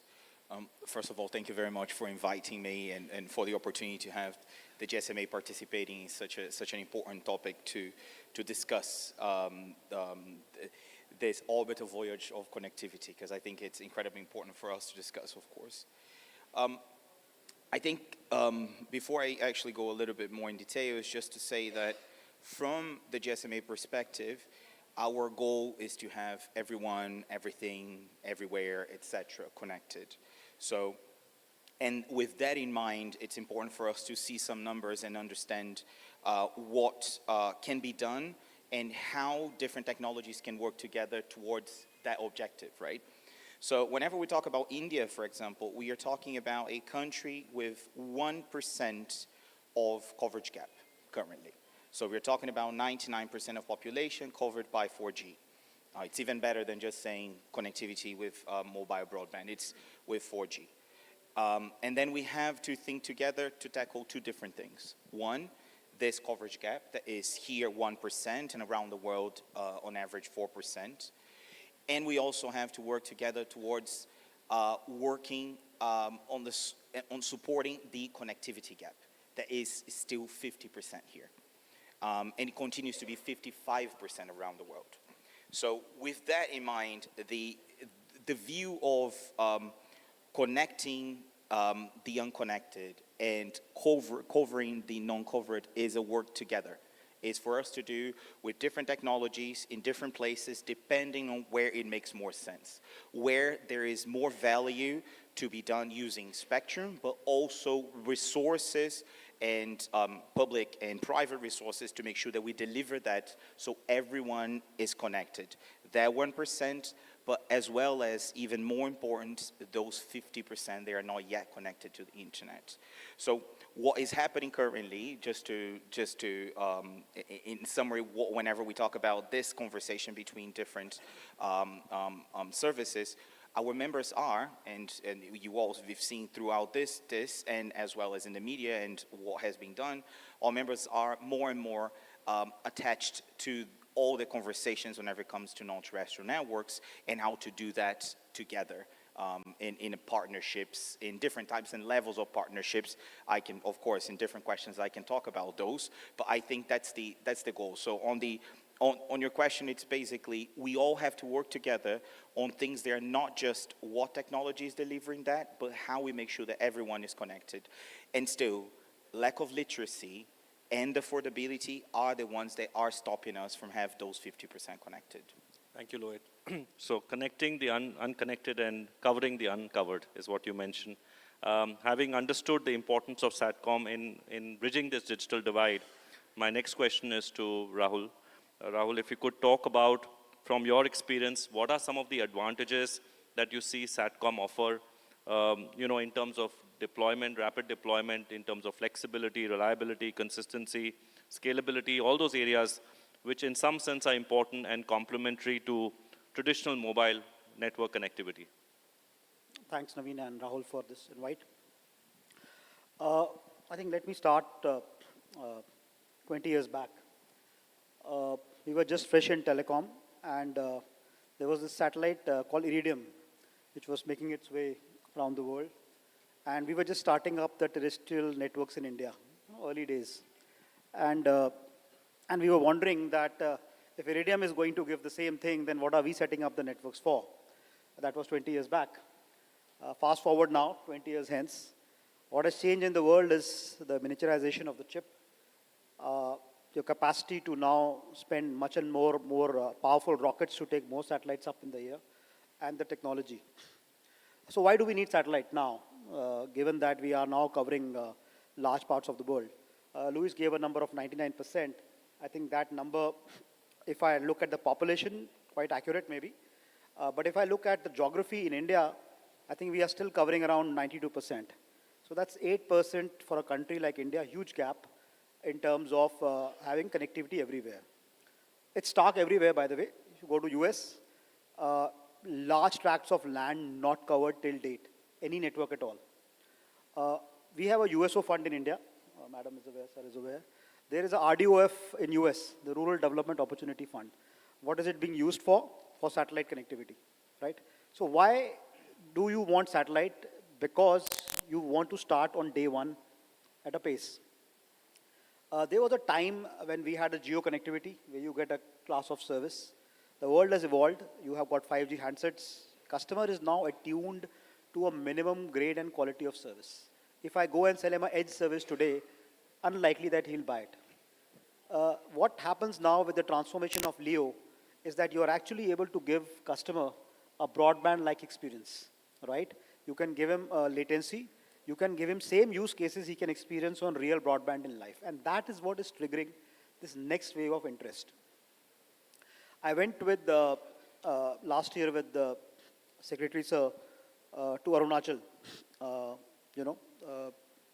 around 30 kilometers above Tawang. Our soldiers were there on that border. There was no coverage. No coverage. The nearest coverage point for them was down 15.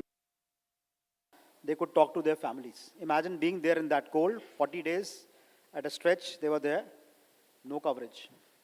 That's the use case. That's what you're looking for, right? So you want ubiquitous connectivity everywhere, anytime, for everybody, and now the technology allows it. The latency gives you better, chances, and the scalability of doing it anywhere is really apparent. In our OneWeb stalls out here, we have shown you two use cases. One is a case where you can actually carry the equipment along with a solar panel, right? And you can just tie it up to your car, go anywhere, there is no electricity, no problem. Use the solar cell and tie up. Second use case we are showing is that of actually a portable UT where you can carry on a backpack. Imagine a group of 4 soldiers going up at a place where they don't want to have connect or they don't have any coverage. They just carry it on their backpack, reach a point, start beaming up and talking. So that's, I think, the scalability as far as the satellite is concerned. So I think this is the right time. The technology has evolved for us to be able to cover more and more tracks now. Thank you, Rahul. So we talked about regulations opening up. We talked about the market opportunity. In some sense, Rahul alluded to how this is covering some undercovered areas and some use cases building. Let's try and understand the implementation aspects now. And maybe my next question is to Sri Christopher and also to Lieutenant General Bhatt. Maybe we'll come back to you as well. And that is relating to the cost. I think the cost has been a significant deterrent, if I may say, in the deployment of this technology. With the integration now that we see happening in the entire space of satellite communication with terrestrial networks, that's, to my mind, a paradigm shift. And that's going to have a significant impact on the cost profile of expanding networks.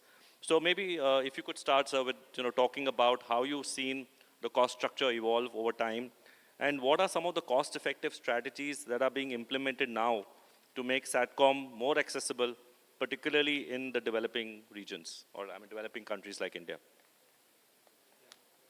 Thank you. Traditionally, satellite has been a proprietary technology, and the launching, maintaining the satellite, etc., were quite costly. As a result, bandwidth was very costly, though this technology was there since 1980s onwards. But bandwidth is, if it is costlier, then volume does not go up, and if volume does not go up, bandwidth cost does not come down. That was the situation. Now 5G has come. We are talking about integrating terrestrial network with non-terrestrial network and all. So the satellite industry has taken note of that, and they are showing so much enthusiasm. So that way,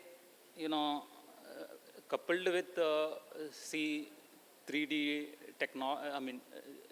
3D printing, computer-aided design, and all these things have created a situation where cost is coming down drastically. Similarly, launching cost also has come down. Satellite size and weight also substantially has come down, using efficient solar panels which are very light. So this technology has changed, and along with the standardization that is happening, when it is brought under as standard, then I think there will be major changes. As release, I think 18 or 17 has done, 18 is coming up. So it 3GPP. So all these technologies, we hope that there will be a drastic change and satellite is going to pick up. Thank you. Lieutenant General Bhatt. If I may add in what he has said, the most important part is there has been disruptive technology. What has been the disruptive technology? From a geo satellite, which was bigger than a room, a large side bedroom. Today, the same work is being done by a satellite which is double the briefcase. If you see the Elbit satellite, it is smaller than a briefcase. This is what has happened in technology, disruption. What has it brought down? The cost. The second is what Starlink has achieved and also OneWeb has achieved is the number of satellites they have brought in.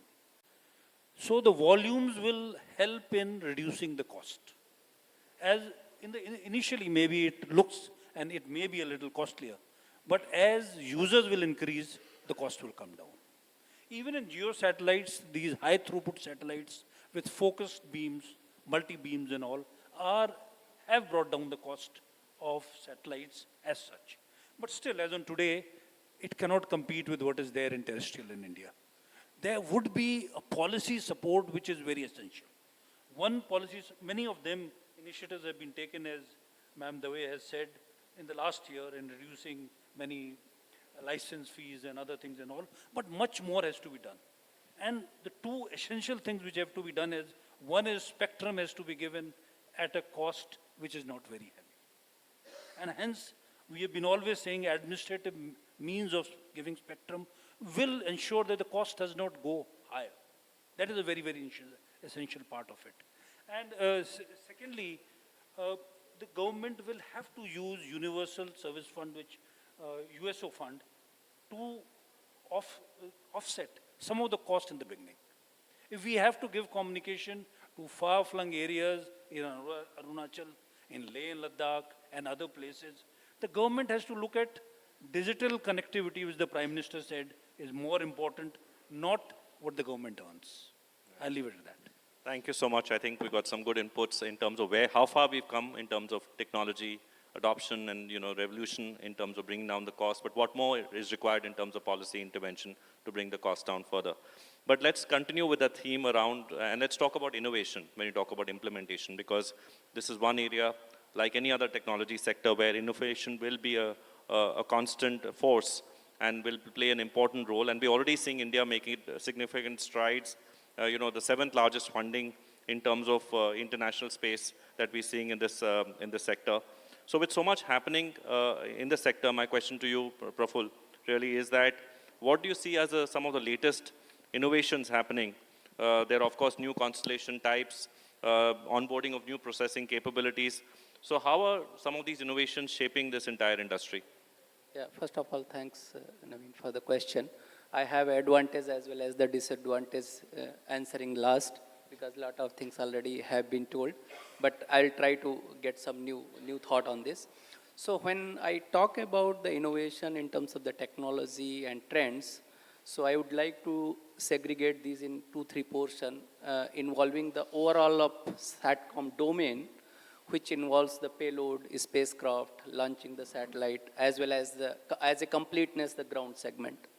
So if we see with respect to the launching of the satellites, a lot of improvement have been seen because of the reusable launch vehicle and utilizing the similar systems again for the launching. So there was a time when the $4,000-5,000 per kg was the mass or payment required for the launching of spacecraft. It has been gone down by 1/10, and after the new launch vehicle, which is SpaceX planning like Starship, it's going to down further. And second, if we talk about the propulsion system, now we see the electrical propulsion is being used in most of the satellites. And because of that, now you can increase your payload. So earlier, if we are launching the 300 kg satellite, in that 200 kg was the fuel because of the chemical propulsion. Now, because of electrical propulsion, most of the portion is a payload, which is going to give you the most of the capacity which you can earlier get because of the chemical proposal, maybe four time, 5 time of the capacity with the same mass. Now coming to the payload point of view, lot of improvement has been seen. There is a shift from lower frequency band to higher frequency band, which is going to give you the most of the throughput. And there is a software-defined systems are coming in the payload now, which is giving a flexibility and scalability in a satellite. For example, you can shift the power or frequency from one beam to other beam. You can steer your beam to the different location where you need the more capacity, which was not possible in the fixed beam. There was a place where you have a capacity, but there is no user because fiber connectivity is there. But there are some places like Northeast, the border areas, islands, where you need most of the capacity, but there is no capacity because of the fixed beam. Now, because of this flexibility, you can use the full spectrum at that particular location. So these are the improvement in terms of the payload. And there are higher aperture size of terminal on the spacecraft, which gives the sharper roll of very smaller narrow beam, where you can have a higher EIRP and G/T, finally the throughput. If I talk about the ground segment, there has been a lot of improvement from a reflector to the flat panel, which gives like tracking issues and all will not be there. And there are digitization in the gateways. So what happened currently, if you see there is a RF cable, all the things are running by each system, there are cables.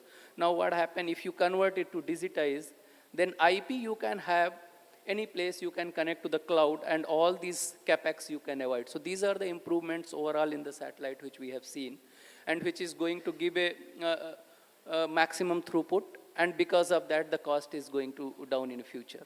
So these are the few innovations. Thank you for going into the technicalities of this, but we've covered a good spectrum of starting from regulation, going into opportunity, market opportunity, talking about cost and talking about all the innovation.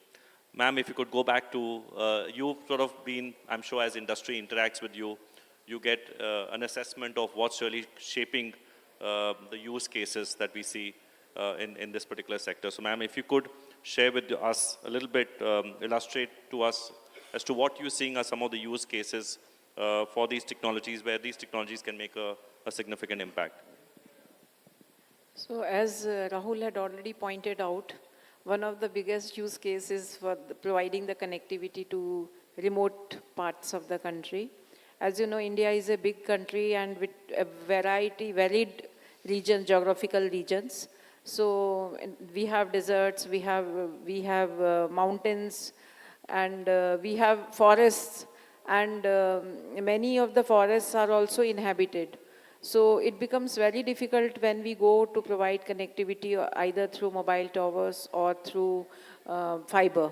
So satellite is a very, very handy thing, and with this MEO and LEO satellites having been launched by the operators, it becomes very easy to provide connectivity to those parts, and the mission of fulfilling, connecting the unconnected and digital connectivity to all. So both can be fulfilled by using this technology. Then second use case, as Praful already pointed out, so now the technology has advanced to a greater extent. We can connect a large number of IoT devices with the integration of technologies happening.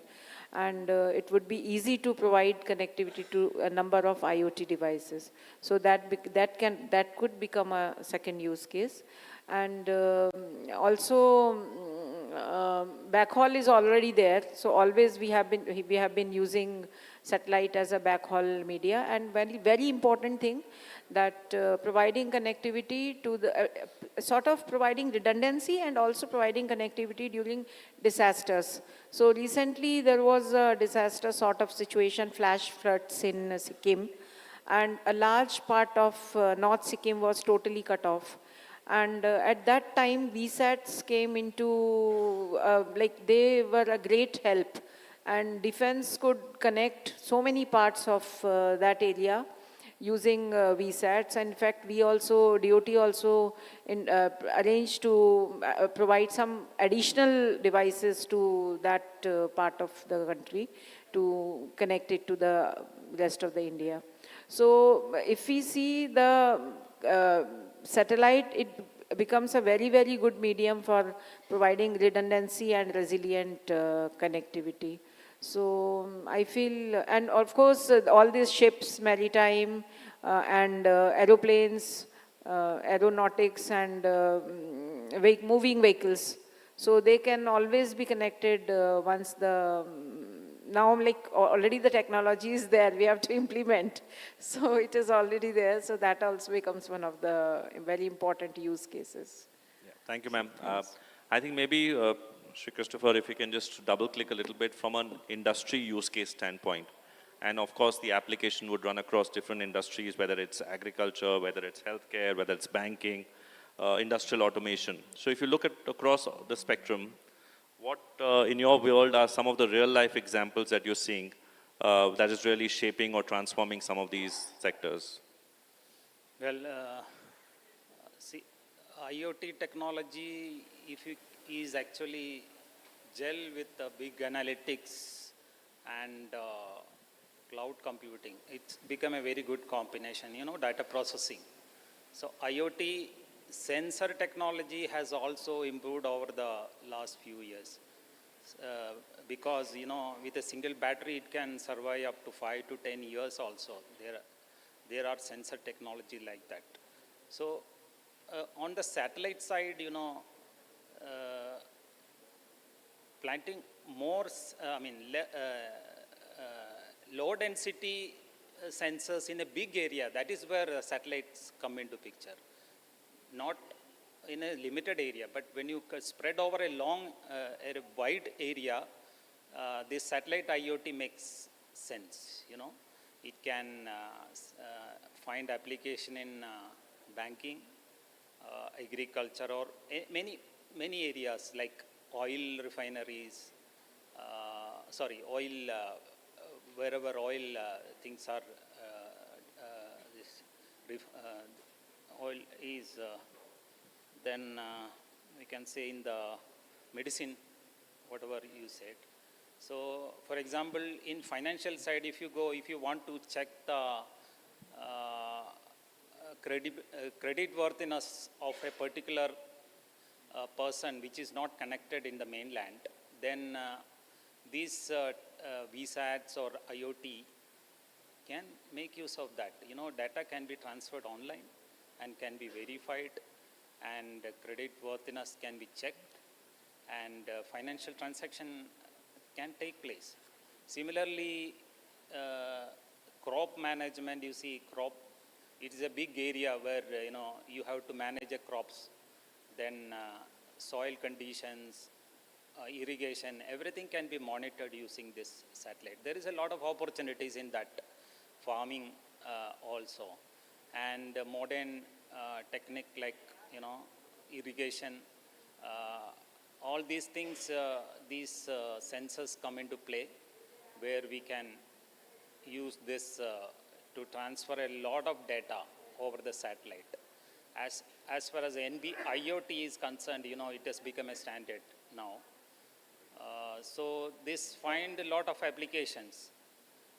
And if you take the oil sector, there are lots of meters of pipes, oil pipes we have to monitor. You need something like that. You cannot put any other things there in a remote area. You have to use sensor technology only. And if you take the medical field, remote consultation, remote surgery, all these things are happening because of this connectivity using VSAT or this NGSO satellite. Yeah. Okay, I think that was a great coverage on the use cases. Let me come a little bit towards some other implementation challenges. And I think one of the challenges is really in terms of areas around signal strength, latency, and Lieutenant General Bhatt, if you could throw some light with all the advancements that you're seeing in technology at large, what changes are you seeing, or how will these challenges be overcome to improve the effectiveness and quality of satellite-based communication? So again, I'll come to the historical issue. Historically, geo satellites were the preferred satellites, and they were at 36,000. And one of the challenges of it, and why it didn't become popular as a communication was latency. And this is the disruption which has been brought by the new players, OneWeb, Starlink. They've come down to 500 kilometers from the earth, reduced latency significantly. In fact, as Rahul said, broadband, you can, if you are a user, you will not come to know is it from terrestrial or is it from satellites. So that problem has been removed significantly. And even in satellites at MEO and GEO, the high throughput satellites with focus beams, what he is talking about, has reduced the problem of signals as well as also providing communication much closer. There are other things, the spot beams I mentioned, and another thing which has happened is inter-satellite links. And these inter-satellite links are by laser or by optical means. And this reduces the number of hops which a satellite communication will take. So the strength will stay stronger and the latency will be lesser. So many technologies today have come. This was a problem of strength and latency maybe a decade back. Okay. Most of it has been overcome. Right. That is what I will say. Right. Thank you. I think one of the conversations which is centerpiece today is the whole area of interlinkage with 5G. And my question to ma'am and to Luis both is really, this is a promising application in the context of SATCOM. It has the potential to address some of the challenges in terms of coverage, also complex use cases which cannot today be delivered by terrestrial communications. So can you just throw some light on how satellite communication is contributing, A, to the rollout, and B, to the implementation of 5G networks, especially in the context of challenging terrains that you spoke about earlier, ma'am? So as is well evident, with NGSO's launch, the latency part has been taken care, and the broadband speeds also are very high nowadays. So if we can directly, when with the 3GPP releases, the integration has already started.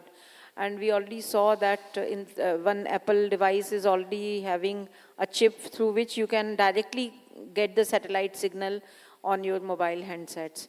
So the situation of the handset that earlier we used to have a satellite bulky sort of handset, so that issue also can be resolved once we go for the integration of the types of devices, the integration of the two technologies. So, and that is going to be very, very handy because now the users need not carry two handsets. Moreover, the satellite handset has not been very cheap.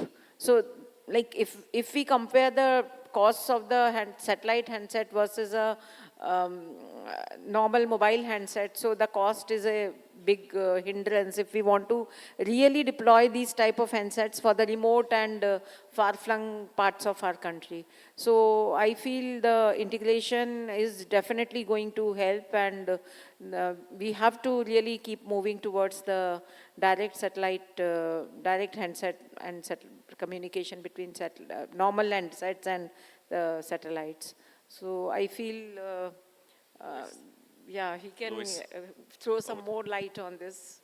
Of course. And I'll for sure mention that because it's impossible not to. But before I do that, I would like to say, because there is an understanding that relationship between mobile operators and satellite companies is something new. The same thing that Rahul was mentioning is that satellite connectivity is not something new. We talked about this a long time ago, and new things are appearing whenever it comes to that. The relationship between the operators and the satellite companies is not something new. It's been a long, long time that operators and satellite companies have agreements, and I'll get to the new ones, but before that, it was about backhaul. And if we think about the situation of 5G now, we're talking about 1.5 billion people connected around the world with 5G that we are getting to this year, 100 million just in India. And we'll then see with 5G the growth of data usage. Of course, that's what happens whenever new technology comes, new use cases come, etc. So that is one of the first relationships, is that continued partnership that has happened since ever That is the backhaul and maintaining that capability that operators need in areas where it's not possible to do backhaul, if not with satellites. That percentage revolves around 2%, and we believe that continues to be around that. But remembering that those 2% continue to be percentage-wise the same, but grows, because we need more backhaul to deliver what we need for 5G. So that's the first point, that there is a direct relationship with 5G, is the continued work together for backhaul and for that delivery. And the second thing, of course, is what has changed. So we're talking about GEO, but now we're talking about LEO. We're talking about constellations. We're talking about things that are different than they were before. So with that in mind, we're moving from, and I think Rahul was clear that we're moving from basic connectivity to a 3G-like speed that we are seeing currently now, and things that I don't know exactly what they will be, but I understand people that are very close to the development of that will see even better connectivity when time goes by and when time comes. So that is what we are seeing currently, is that lots of our members are having, I mentioned in the first question, they are having more partnerships, but those partnerships are in lots of cases related to direct-to-device or direct-to-cell connectivity via LEO constellations. So in that direct-to-device situation may seem very interesting, and I believe that, but there are lots of things behind it for that to actually be possible. We have spectrum usage that requires spectrum in bands that in lots of cases are IMT bands, and we need to make sure that coexistence exists, and that all the regulatory side of it, around it, is fulfilled, so that's possible to be done as well. But what I can summarize here is that, one, it's not new, and it will continue to be a partnership that delivers that backhaul for 5G including, and that grows, although the percentage is not what's growing, it's growing in the capacity and the quantity. And second, there are new things coming up, and those new things that are coming up will also require that relationship to be built within this new era or this new side of technology, and that directly relates to 5G, because technology grows, and that also includes that those partnerships with satellite companies. This conversation is too good to be true right now. Okay, we've talked about everything good. There is the business case, there's the regulatory environment is conducive, opening up, the cost is coming down, innovation is happening, there are use cases, enough use cases to talk about, the interconnection is happening. Let's talk about challenges, right? And who better, we have two industry folks here to talk about some of the challenges that are there, both on the technical side and on the regulatory side. So Praful, maybe I'll start with you to talk about some of the technical challenges that need to be addressed, and maybe then I'll come to you, Rahul. Yeah, thanks, Naveen. So as in my previous question, I replied about the innovations. So any innovations comes with challenges. So in this case also I can divide these challenges in the three portions: technical, regulatory, and then the pricing, capacity pricing. So when I talk about the technical challenges, because now everything is moving, earlier there was GSO, your antenna was stable, no tracking, nothing. Now everything is moving because of the NGSO, your satellite is moving, your antenna is moving. So interference, RF interference is going to be a real challenge in coming days. It's good innovation, good technology, very high throughput we are going to get. But this challenge, how to mitigate, it is going to be a real challenge for the regulator, for the manufacturer of antenna, for the satellite operators. And apart from that, if we see, we are, again, new innovation is the flat panel antenna. So earlier we were using the parabolic reflector. There is a ITU standards, the side lobe, main lobe, all these things. These are the new systems. Currently, it may be a thousands or lakhs of number. Once this innovation is going to happen, it can be the million, billion. And that interference, how it's going to be resolved, everything is moving. There are n number of gateway. So in my view, this is going to be a real challenge. If I talk about the regulatory, as already ma'am has mentioned, so year 2023 was a very positive reform in terms of the satellite communication. Most awaited Spacecom policy is out. Things are very clear. Antenna verification test has been you can yourself just test, declare, and that is not there. NOCC charges has been removed. IRGR for NGSO is out, which is very clear cut now how we are going to use. But still, in my view, there are a lot of improvement is needed. And the first, what I would like to say is true sense of single window clearance. There are multiple approval is needed, sequential way of handling the things. So that is one point which I want to bring out. And second point is because of this new technology and innovation, there we need to think as industry, as a regulator, how we are going to provision regulatory provisions for this NTN, integration between satellite and all. There is a clear cut of regulatory provision is needed, as I was mentioning that we are going to use the similar IMT spectrum or whatever. So how it is going to coexist, what are the technicality that need to be addressed. And if I come to the last point is known to everyone, is still satellite is luxury. Cost is very high compared to the fiber. It is drastically going down because of the innovation is technology, but still it is high. So these are the three challenges which I would like to bring to your notice. Rahul, your comments, please. Yeah, thank you. So let me first, let me go back on the cost question because that is bothering me since the time you triggered it. I thought when my turn comes back, I'll go back on the cost. I think cost answer, Naveen, is where you started. The societal benefit of increase in penetration on the GDP, right? So it's not a question of cost. It's the question of intent and opportunity, right? Do you want all your uncovered areas connected? Yes, no. Yes, because it benefits the society, take that call.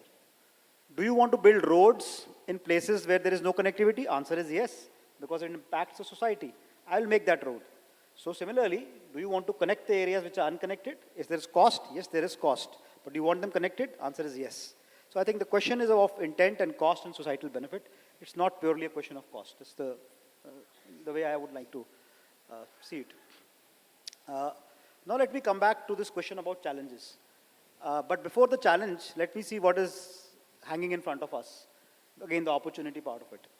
So there was a study done by, I think you have done some study. Sorry, I have not gone through it, but I will. There is a study done by General Bhatt through EY. Then there is a Deloitte study which InSpace, the regulator, just released a few days back. So it talks about right now Indian contribution to space economy, 2%. Right, that's where we are. Mr. Goenka, the InSpace chairman, tells us that in next 5 years we should jump to 5, go up to 8% by another 10 years time. So and we are talking about a $600 billion market, and that is the potential as far as we are concerned, right? So that is what is hanging in front of us when we talk about the opportunity. We have already seen offshoots of Skyroot, at least 3 startups closing their funding in India to be able to now participate in the world and fight in the world to get their space. So that's the opportunity part. Let's come to the challenges part. I think Praful very nicely summarized into 3 buckets. Let me just change the lens and say that if I have to see the challenges, I will break them up into maybe procedural, some bit of that relating to some strategic choices to be made, and then look at ease of doing business. So ease of doing business is simple. He was right. We still have a large windows to clear, right? And though we have got very enterprising people who are in charge, Mr. Nirania is here, excellent amount of work which he is doing as the DDG, and Madam is there. So a lot of support we are getting. But the fact is that there are a lot of stakeholders, which is understandable. Eventually, we have to reach to a point where there is a single window for an operator, right? And that makes the life easy, and I think it will happen over time. Second thing is, how do I tackle the strategic part of it, which is that when do I get the raw material to be able to give the service? So we are in throes of a consultation. The consultation will end. It will lead to spectrum allocation. So that's the strategic part, right? If we don't have that in place, then we might just miss the opportunity to even ride on this bus, right? So if the spectrum is priced obnoxiously high, and that to a non-exclusive spectrum, it closes the window on you to be able to ride onto it and gain the benefits out of it. Then there are benefits, then there are challenges which we see in making India a hub for satellite communications. For example, if I'm setting up the gateway today in Mehsana, can I use that Mehsana hub to give service in Nepal, in Sri Lanka, in Bhutan, in Bangladesh, in Maldives, why not? If the governments out there are willing to cooperate, I would ideally like to do that, right? And that's the model. Like, as OneWeb, I don't have a gateway in all the countries. I just have 40 gateways in the world. And the gateway is shared across countries. So I need an enabling regime, and I'm sure the government and the regulator will work on it. So that's a challenge for me. A little bit of clarity on that will help. Approvals. Today we get approvals. We say, okay, you got an approval, but for land mobility, you will have to come across separately, right? If I'm launching my service in mobility today, I am required to do standard interception tests. If I'm willing to certify and say I will do the same test, then why should I be subject to any more other separate clearance? Should be treated on par, right? So those are the sort of procedural things which will, and the clarity on these subjects is going to help. But the biggest chunk of it is, we have seen the Spacecom policy, it has been revealed. We are waiting for the real things to now come up. So foreign satellite capacity is being sold. So right now we had to go through ISRO, the NSIL, and then do a markup, etc. That is gone, but we still need the actual paperwork around that. And the biggest, which might also interest you, is the FDI. So we've been waiting for a period now, and we hope General Bhatt is here, that we are able to crack the FDI piece pretty fast, because that's a very important piece for you to be able to have certainly to invest more and more into this sector. So those are the things I have. All right. Thank you. Okay, we're kind of coming to the close, and maybe just a couple of questions before we wrap up. General Bhatt, from you, no conversation would be complete without talking about sustainability, right? And we are already talking about potential congestion in the Earth's orbit as more and more satellites are there. Space debris is also an emerging challenge. What do you think are some of the steps that are being taken to address this issue of sustainability of satellite communication systems, especially the risks around space debris? So if there is one big challenge after the number of satellites has increased, and definitely they've increased by a large number. 2022 has had the maximum number of satellites which have been launched. And in fact, it was nearly, the figures in the last 2 to 3 years have more than doubled. The figure today is about 15,000 satellites which have been launched, out of which about 7,000 are active as on today. But what is the bigger challenge is the debris. And debris which can be detected are of 10 centimeter and above size. They are more than 30,000. And the ones which cannot be detected by any means are 130 million, that is 10 centimeter and below. And they move at a speed of 7 to 8 miles per second. They are all like bullets in the sky. So today, the first challenge is the satellites which are existing. And what has happened is everything, the large number of satellites have got concentrated in the LEO, in the low Earth orbit. So previously there was a rule that if your satellite, for the GSO satellites and for the LEO satellites, that either you had to send them, please, would you pay attention, please? Excuse me. Can we have your attention? Yeah, please. Yeah. They had to be sent to the graveyard orbit if they were in the GSO, or in LEO, after some time, they were required to be deorbited. They would come down. The time period was 25 years. Now, US government is thinking of reducing the deorbiting time for LEO to 5 years. But internationally, there is no agreement on it, and that is a challenge. Right. That will have to be done. Otherwise, sustainability in the low Earth orbit will become a very major challenge. Right. Okay. So one, Let me just yeah. take some brownie points for OneWeb. So, so our satellites, through software commands, you can actually deorbit the satellite just as a part of being responsible towards space. So the way they have been made is that you can actually give commands to deorbit, just to help on that. Sure. Okay, now just one quick remark from each one of you as we close this. If you had to really tap the potential that this, huge opportunity is in front of us, one advice that you would give, and we have both government and private here, one advice that you would offer to, and I would say business would offer to government, and government would offer to business, to leverage this opportunity. Let's make it that way, right? So, ma'am, your advice to the industry. My advice is that the services should be affordable and of course the other benefits will be just falling only if it is affordable. And one reminder, like one comment I want to make. So Rahul was asking whether there is an intent. Yes, government has the intent to provide services to rural areas. And so far we have also provided services on VSAT also in the rural areas. So there is, we will not stand behind if we have to offer services on the new NGSO also on to these far-flung areas. So that commitment from the government side is always there. USOF fund is being utilized for that purpose and will continue to utilize it for that reason. But that doesn't mean that the private industry doesn't take their responsibility. They have to be equally responsible to provide the services. All right, thank you. Shri Christopher. Thank you. I would, mention about the regulatory part. See, ITU has been doing satellite and terrestrial in separately as two distinct, disparate things. So now technology has come that it is going to integrate. So as a neutral body, ITU will find out a harmonized spectrum for this kind of.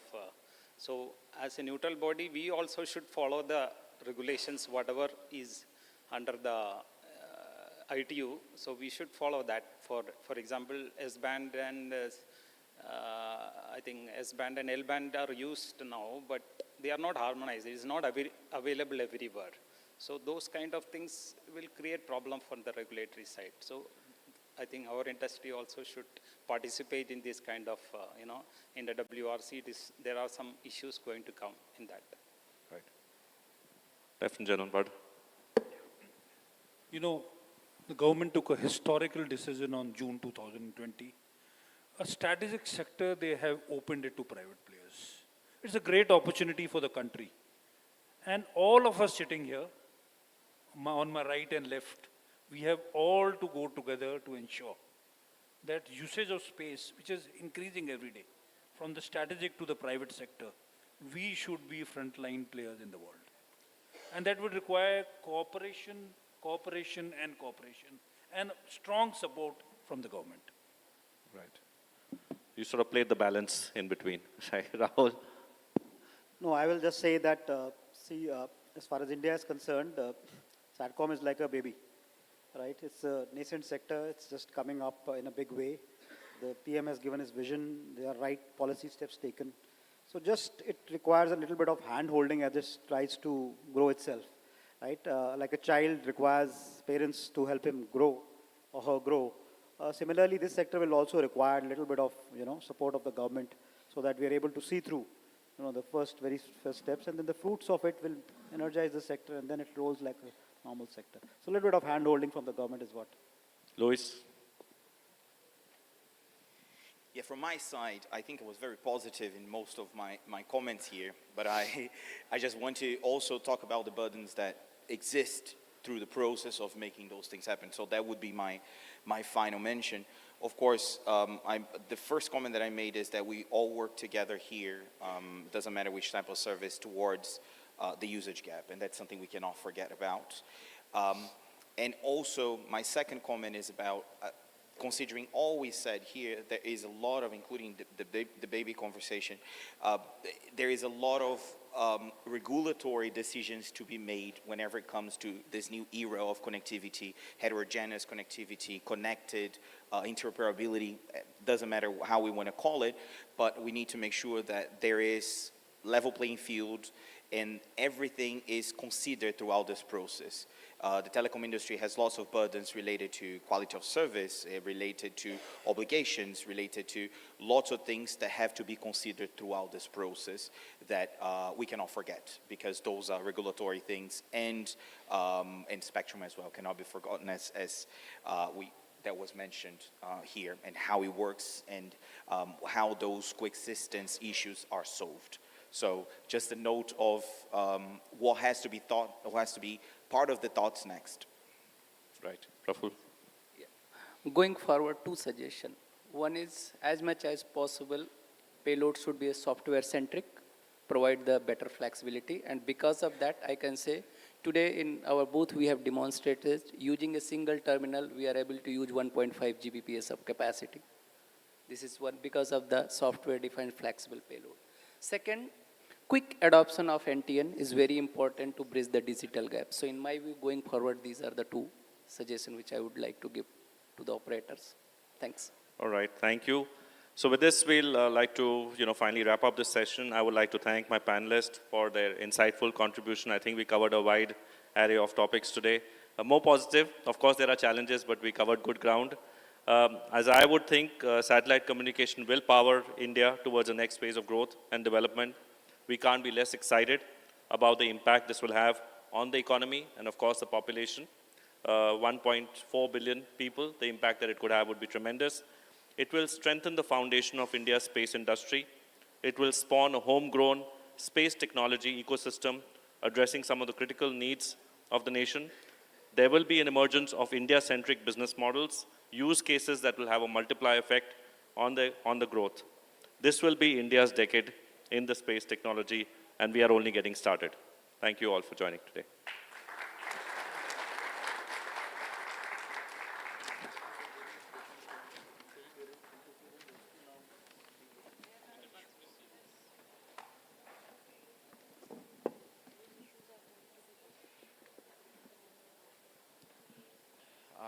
Thank you for this insightful session. Just wait for the mementos to be presented to the guests, please. Kindly go ahead. Yeah, for a group photograph. Thank you.